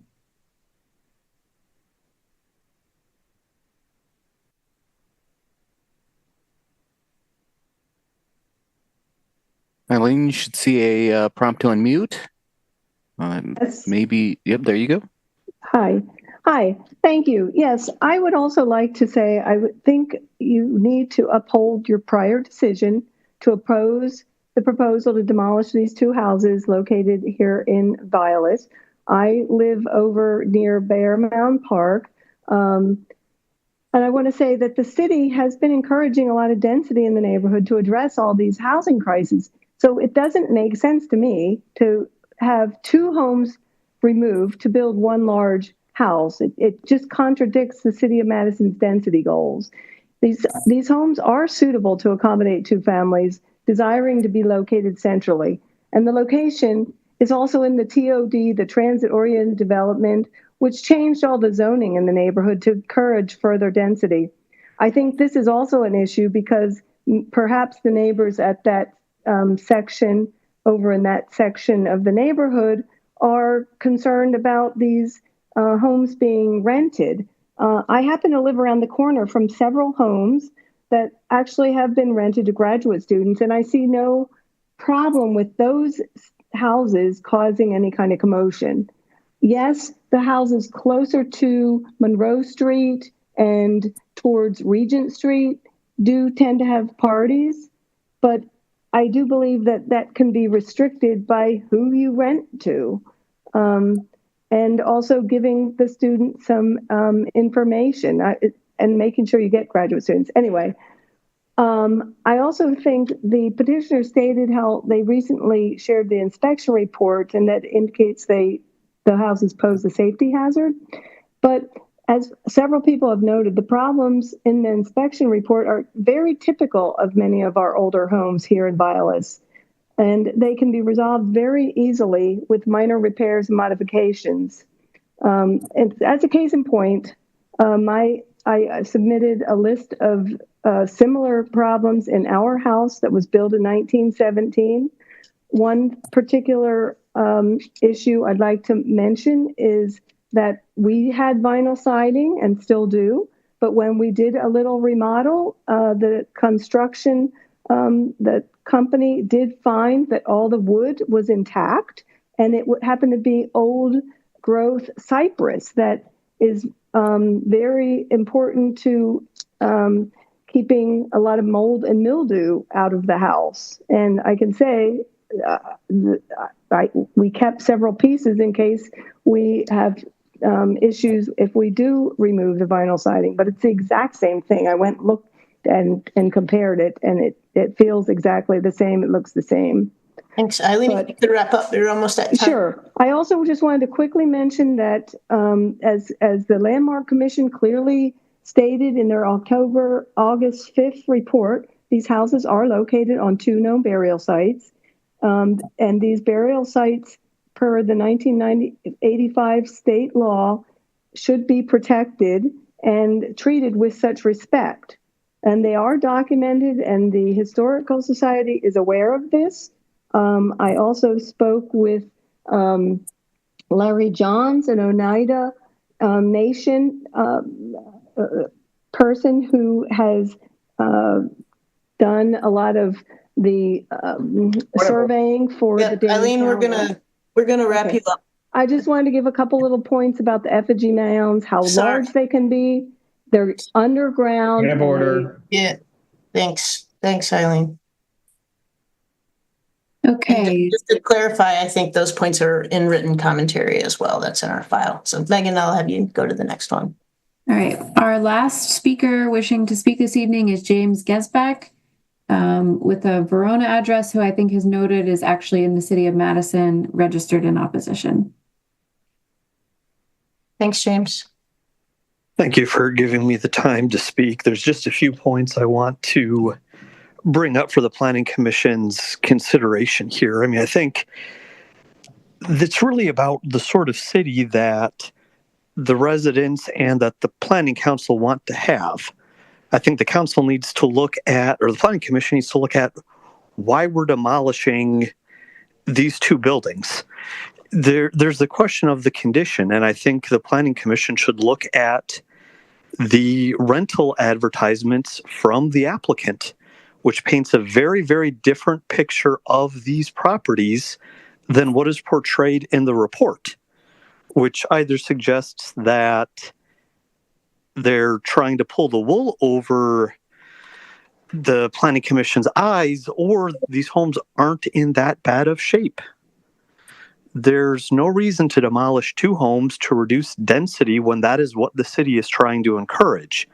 That goes absolutely against Standard 7, and I think the Planning Commission should find that it's not in the best interest of the city and should deny the application as it did previously. Thank you.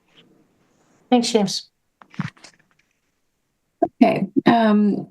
We also have, as I noted before, Brittany Cowis, associated with the applicant, available to answer questions. Rachel Bennett, registered in support and representing the Vilas Neighborhood Association, available to answer questions. And Rhonda O'Brien of District 13, registered in opposition, available to answer questions. There are approximately 60 other registrants that are not wishing to speak tonight that will be attached to the record for this meeting. Great, thanks, Megan. I think as part of our public hearing, I would ask the commissioners if they have questions for any of the registrants. I hope you made notes if you do. Commissioner Heck. Thank you. I asked the applicants for the previous application if they did indeed know if the wooden siding was beneath the vinyl siding. Do they have any information on that? I wasn't able to ascertain that from the report that you submitted this time.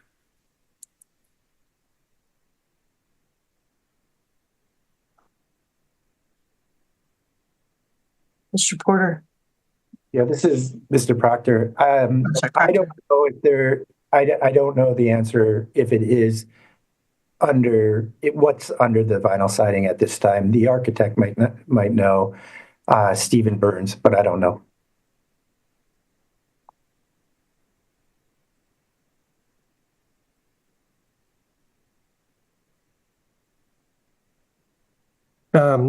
So this is Stephen Bruns, and we do not know what's underneath the vinyl siding on the house. That didn't, with all the host of other conditions that are present and evidently under incredible speculation by people that don't have a financial interest in it.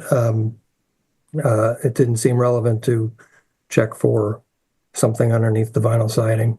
Okay, thank you for your answer.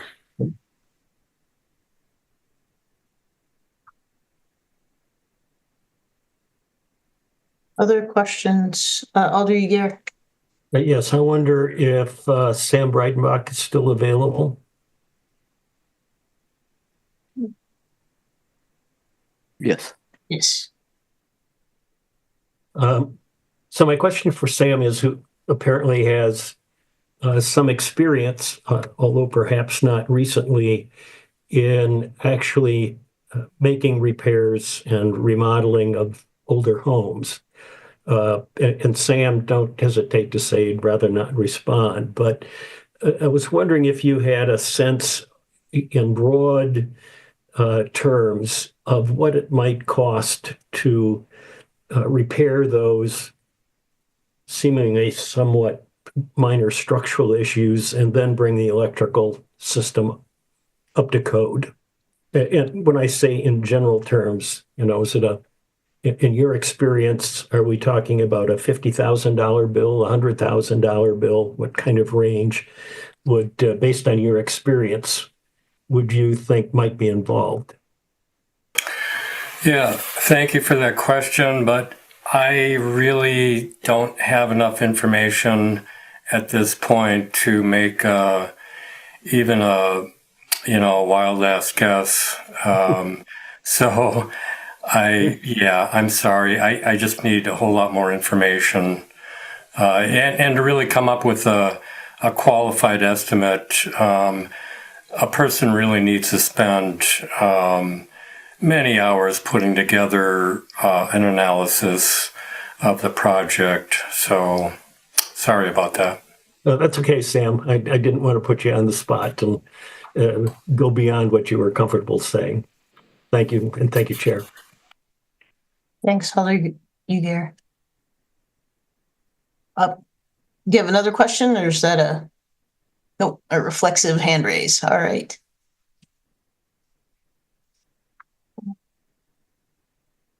All right. Are we, Megan, I think you said that, the additional registrants who didn't wish to speak will be attached to the record as well. That's correct. Everyone else will be attached. And you had many other written comments that were posted, as well as some that came in after we emailed you this afternoon. Great. So with that, are we ready to close the public hearing? All right, we will close the public hearing and ask the commissioners if there are questions for staff on this item. Commissioner Wisniewski, thank you. Thank you, Chair.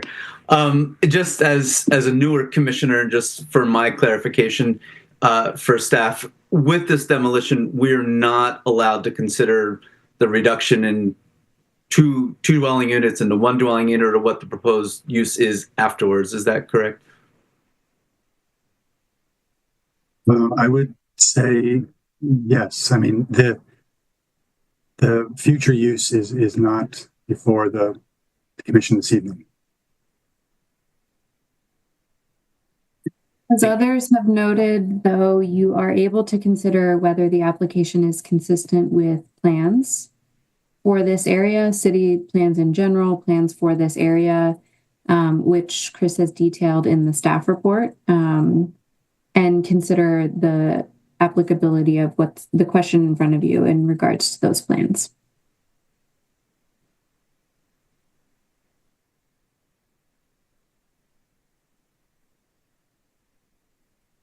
Commissioner Hecht. Thanks. I'd just like a little more clarification on that. I guess I think it was a great question by Commissioner Wisniewski and Chris. You said, we're not really allowed to consider the future use, but embedded in that question was about the lots being combined. Is that something that also is not really germane to our consideration of the demolition application? Right. It was never formally divided, so they would not.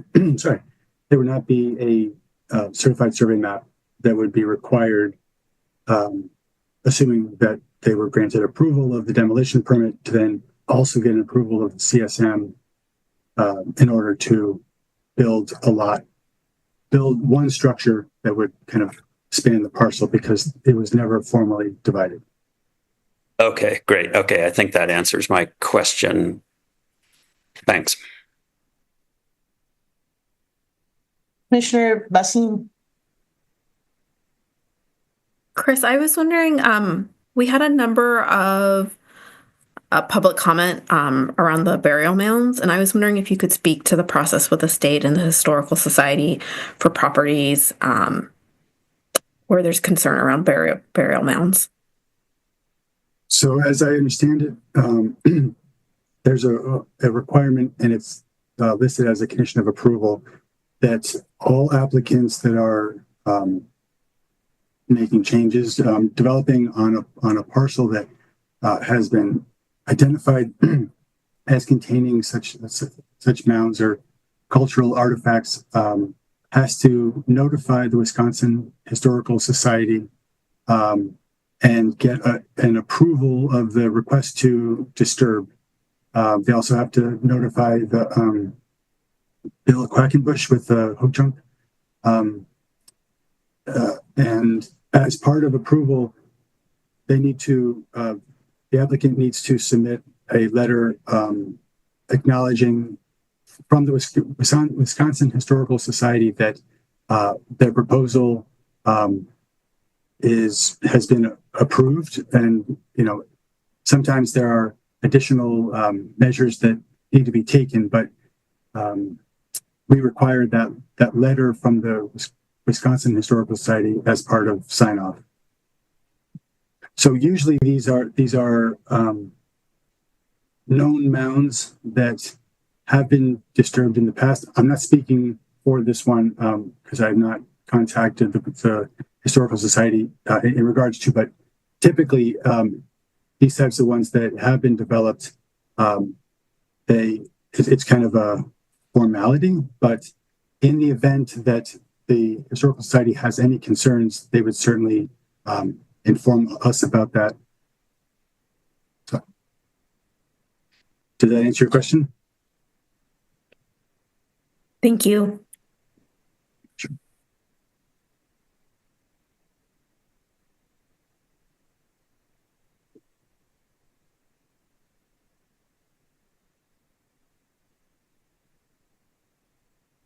All right. Is it time for us to move to a motion? There, Commissioner Hecht. Thanks. I'm willing to make a motion. I'll move that the Plan Commission finds that the standards of approval for the demolition are not met, and specifically standard of approval number 7, which references standards 1 through 6, and I'll expound further on why I think it doesn't meet standards of approval 1, 4, and 6 in addition to 7, if I get a second. Commissioner Sanders is indicating a second for your motion, so thank you. Yes. Would you like to speak more to the basis for the motion? If I may, yes. First of all, I think I would reference again with regard to standard number 7 and consistency with the statement of purpose of the section, and that statement of purpose, the portion of it that I think is not met, is that the purpose of this section is therefore to ensure the preservation of historic buildings, et cetera, but primarily that phrase. And then with regard to standard number 1, I don't believe that the structural soundness of the building is compromised, and with regard to number 4, the historic value of the property, I believe that that its contributing status to the National Historic District has not been compromised, and that we are in some ways being subjected to a misinterpretation of what it means to be a contributing structure in the National Historic District. And also with regard to standard number 6, that's really the one that's about the condition of the building. And I don't find the report that was submitted to substantially change the situation from our previous consideration. So that's the kind of the rationale for my motion, and I have more to say on some of those items that aren't necessarily with regard to the rationale for my motion, but maybe I'll sit tight on that for a minute. Other discussion from the commissioners? Thoughts? Commissioner Wisniewski. Thank you, Chair. I got my start in historic preservation, so this one kind of touches a nerve for me. I take exception, as was noted, that these have to be a high style of architecture in order to be contributing to a district. The district was based out of context as the neighborhood developed, and not for any particular style for the buildings. So, that one just, I appreciated Commissioner Heck just kind of setting that one straight. So as far as the condition report, I've heard many people talk about it. That's part of historic homes. I've restored a few myself, have advised on a few of them. And, there's nothing that I read in those reports that would cause me pause. But as was noted, you really do need to spend a lot of time in there to get a full picture of what's involved. Having said that, one of the challenges that I see is, yes, these are contributing buildings as part of a National Register district, which really doesn't afford them many protections. That truly the highest protection would come as a designation in a local district. And so in the future for any of Madison's districts, you just kind of, I wonder if that would be consideration, if they are deemed vitally important, if they're only National Register districts, where the protections would come if federal dollars are being used, then to be mitigating circumstances. But, over the context, the true protection comes in local designation. So thank you. Thank you. Alder Field. Thank you, Chair. I want to just speak briefly about why I'm going to support the motion, and it's a bit of a different rationale from Commissioner Heck, who proposed it. I don't think that the degree of protection that it comes along with being cited as a contributing structure is a very compelling argument in this case because it's not a locally designated historic district. But I plan to support this motion because I checked the comprehensive plan, and pretty close to this area, there is a map note number 1 in the comp plan that suggests any redevelopment should generally add to the city's missing middle housing stock, which is something that these structures do contribute to. They are available for renters and can be divided into units and are multiple buildings on the same lot, which I think is consistent with missing middle housing. And I wanted to note that as contributing to my vote for the motion. So thank you.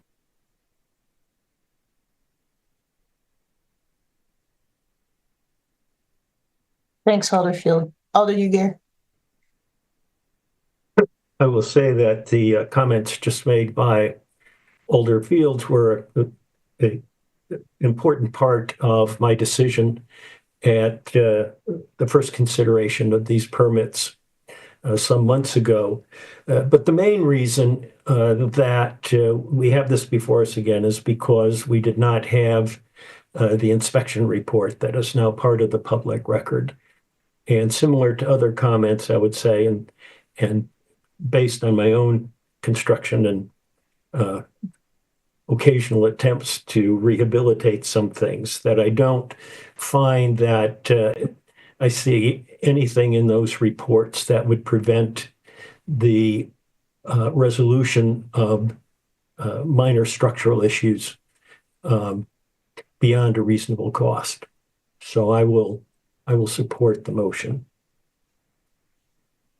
Thanks, Alder Uger. Commissioner Heck. Thanks. I just wanted to add a few things. First of all, I know we're a lot of us are talking about rehab of these buildings, and a lot of public comment did too about whether the potential was there and could they be turned into little gems of the neighborhood. And honestly, it's entirely possible if this motion passes, these homes won't be rehabbed. From what we understand and heard, they're rentable now. And likely, if this situation remains as is, they'll probably provide some important housing for folks, maybe rental housing even. I can imagine some of the neighbors wouldn't be thrilled about that, but to me, housing is housing, owning or renting. And I think that is also a potential solution as long as there are no building code violations, of course.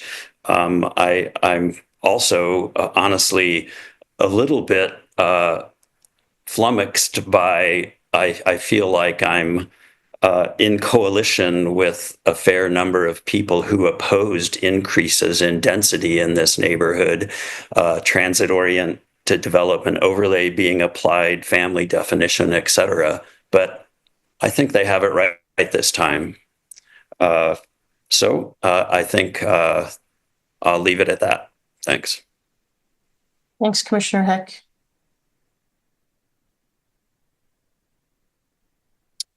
I think we may be ready to move to a vote. I noticed that Commissioner Solheim was able to join us and looks like maybe she's had to drop off. So I think Commissioner Basine, you will continue to be the voting member of the commission for this item.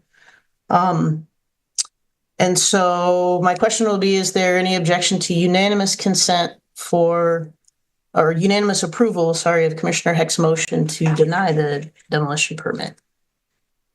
And seeing none, we'll record the motion as passed unanimously, and appreciate the thoughtful and respectful discussion by everyone who joined tonight and the commission on this one. We do have one more separate item on our agenda tonight, and that is item 9, right, Megan? All right. That's correct. All right. This item was removed at the last minute due to a registered speaker. Great. All right, so this is Legistar item 86415, approving a certified survey map of property owned by Claire Mangasarian and the Mangasarian, hopefully I'm getting close to the pronunciation on that, Survivors Trust, located at 6021 Old Middleton Road in District 19, which proposes a deep residential lot. And Megan, I don't know how you want to set this one up. So. I think Chris will give a very brief overview. Great, very good. Yes, thank you. Thank you, Chair. As mentioned, staff have classified Lot 2 of the proposed CSM as a deep residential lot, which is governed by the provisions in Section 28.135, Parent 3 of the Zoning Code. Most deep residential lots historically reviewed by the Planning Commission are flag-shaped parcels that feature a majority of lot area located behind or beside a more conventional single-family lot and connected to the street by a long, narrow peninsula of land, like a configuration of the adjacent lot to the west and adjacent to this one. The Planning Division believes that the proposed land division to create an additional residential lot from the existing 1.23 acre parcel can meet the standards of approval, including the conditional use standards in Section 28.183, Parent 6, and the criteria for the creation of deep residential lots in Section 28.135, Parent 3. The 30-foot wide frontage of proposed Lot 2 along Veglen Place meets the minimum requirements for a deep residential lot, and staff believes that the more intensive development of the subject site proposed can be found to be in the public interest, consistent with the statement of purpose for deep residential lots. Despite the unique lot configuration, the division of the subject site to create a deep residential lot should not have an adverse impact on the uses, values, and enjoyment, or the normal orderly development of the surrounding properties as stipulated in the conditional use standards. And with that, I'm happy to answer questions after the public hearing.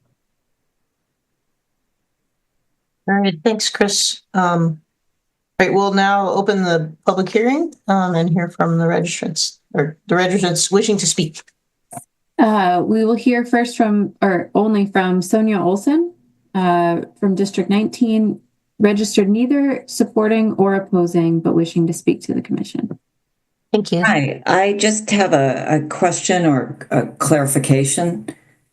And in looking at the survey, and as you pointed out, the 30 feet of access on Veblen Place there, does carving out this lot in this way also mean that there could be yet another driveway access? Because there's also the parcel with the address of 25 Veblen Place, which is kind of what I think of as a balloon lot. So I guess I'm curious what repercussions this lot division has for, I guess, how many driveways would be on Veblen Place, potentially. Sonia, I think we can follow up on your question. Is that the only question, or do you have other questions? I guess the other comment that I had is just I was a little confused by the square footage of the described lots, that there seemed to be a difference from what was on the city assessor's website and what was in the application. And I was, like I say, just puzzled that the assessor's website said that 6021 Old Middleton Road is 43,000 and change, which is less than an acre. But then in the application, it said that the lot was like 1.2 acres. And I was just a little curious about that discrepancy, was just my question. Thanks. All right. So to follow our order, I will, Megan, are there other public or other registrants, just Sonia's? We have Claire Magnusarian is also registered as available to answer questions, although I don't believe I see Claire online. But that is all we have.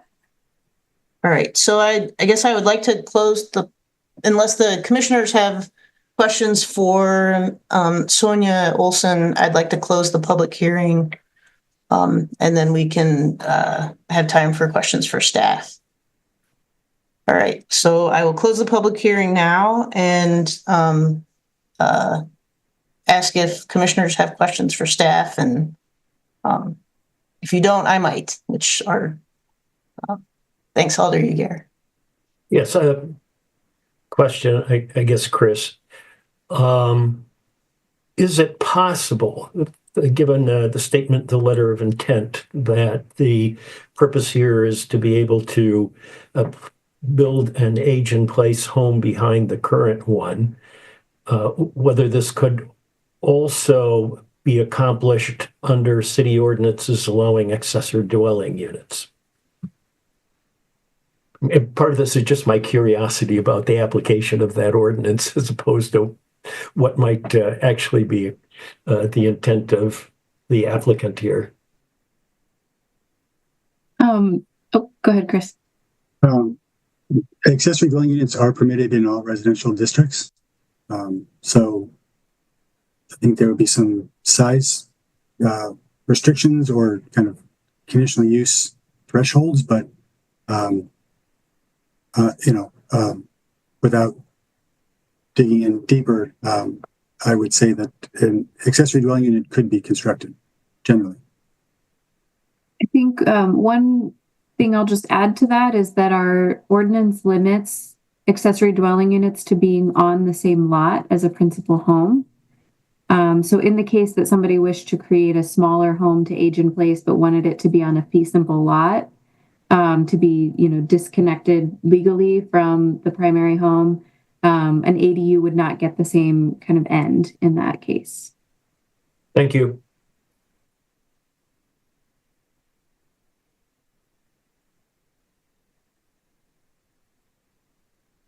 Commissioner Heck. Thanks. I wondered if Chris could answer the question about differences in the lot size as well as driveway access for the potential new parcel. So just look, second. There are certain thresholds I would point in the staff report on the third page under the general regulations. It talks about the lot width standards. So this is in the SRC2, the Suburban Residential Consistent 1, Suburban Residential Consistent 1 District. Minimum lot areas of 8,000 square feet, minimum lot width of 60 feet. The rear lot shall have frontage onto an improved public street width of not less than 30 feet. So with that, sorry, I'm just opening up the.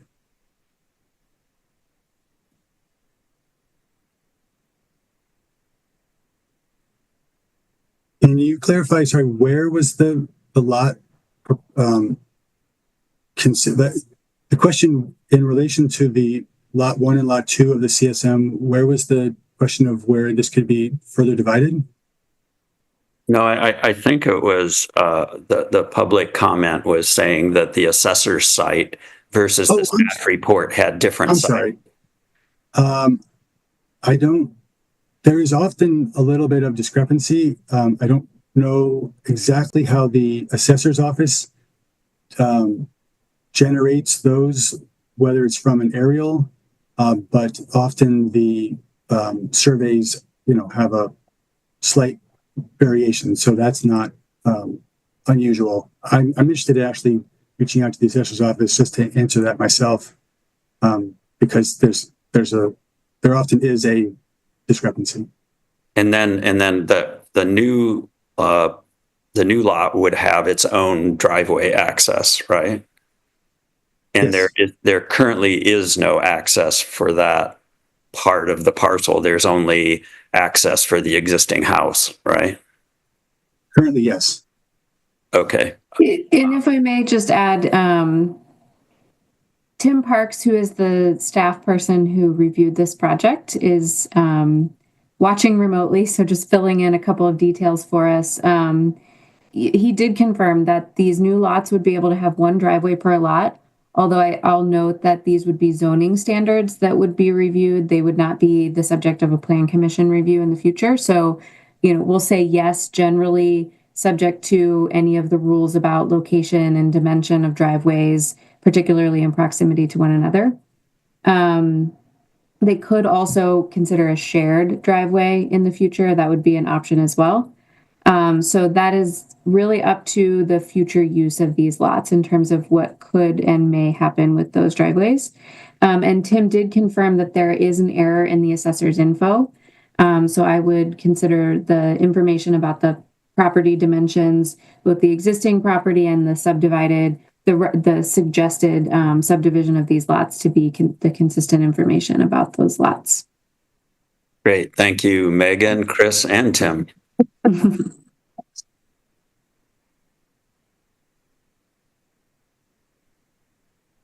All right, other questions from the commission for staff on this item? And would we be ready for a motion on this item? Alder Ugier. Yes. I move that we approve a certified survey map of the property owned by Claire Morgasarian Survivor Trust, located at 6021 Old Middleton Road, and which creates a deep residential lot. Thank you. Is there a second? Commissioner Hett.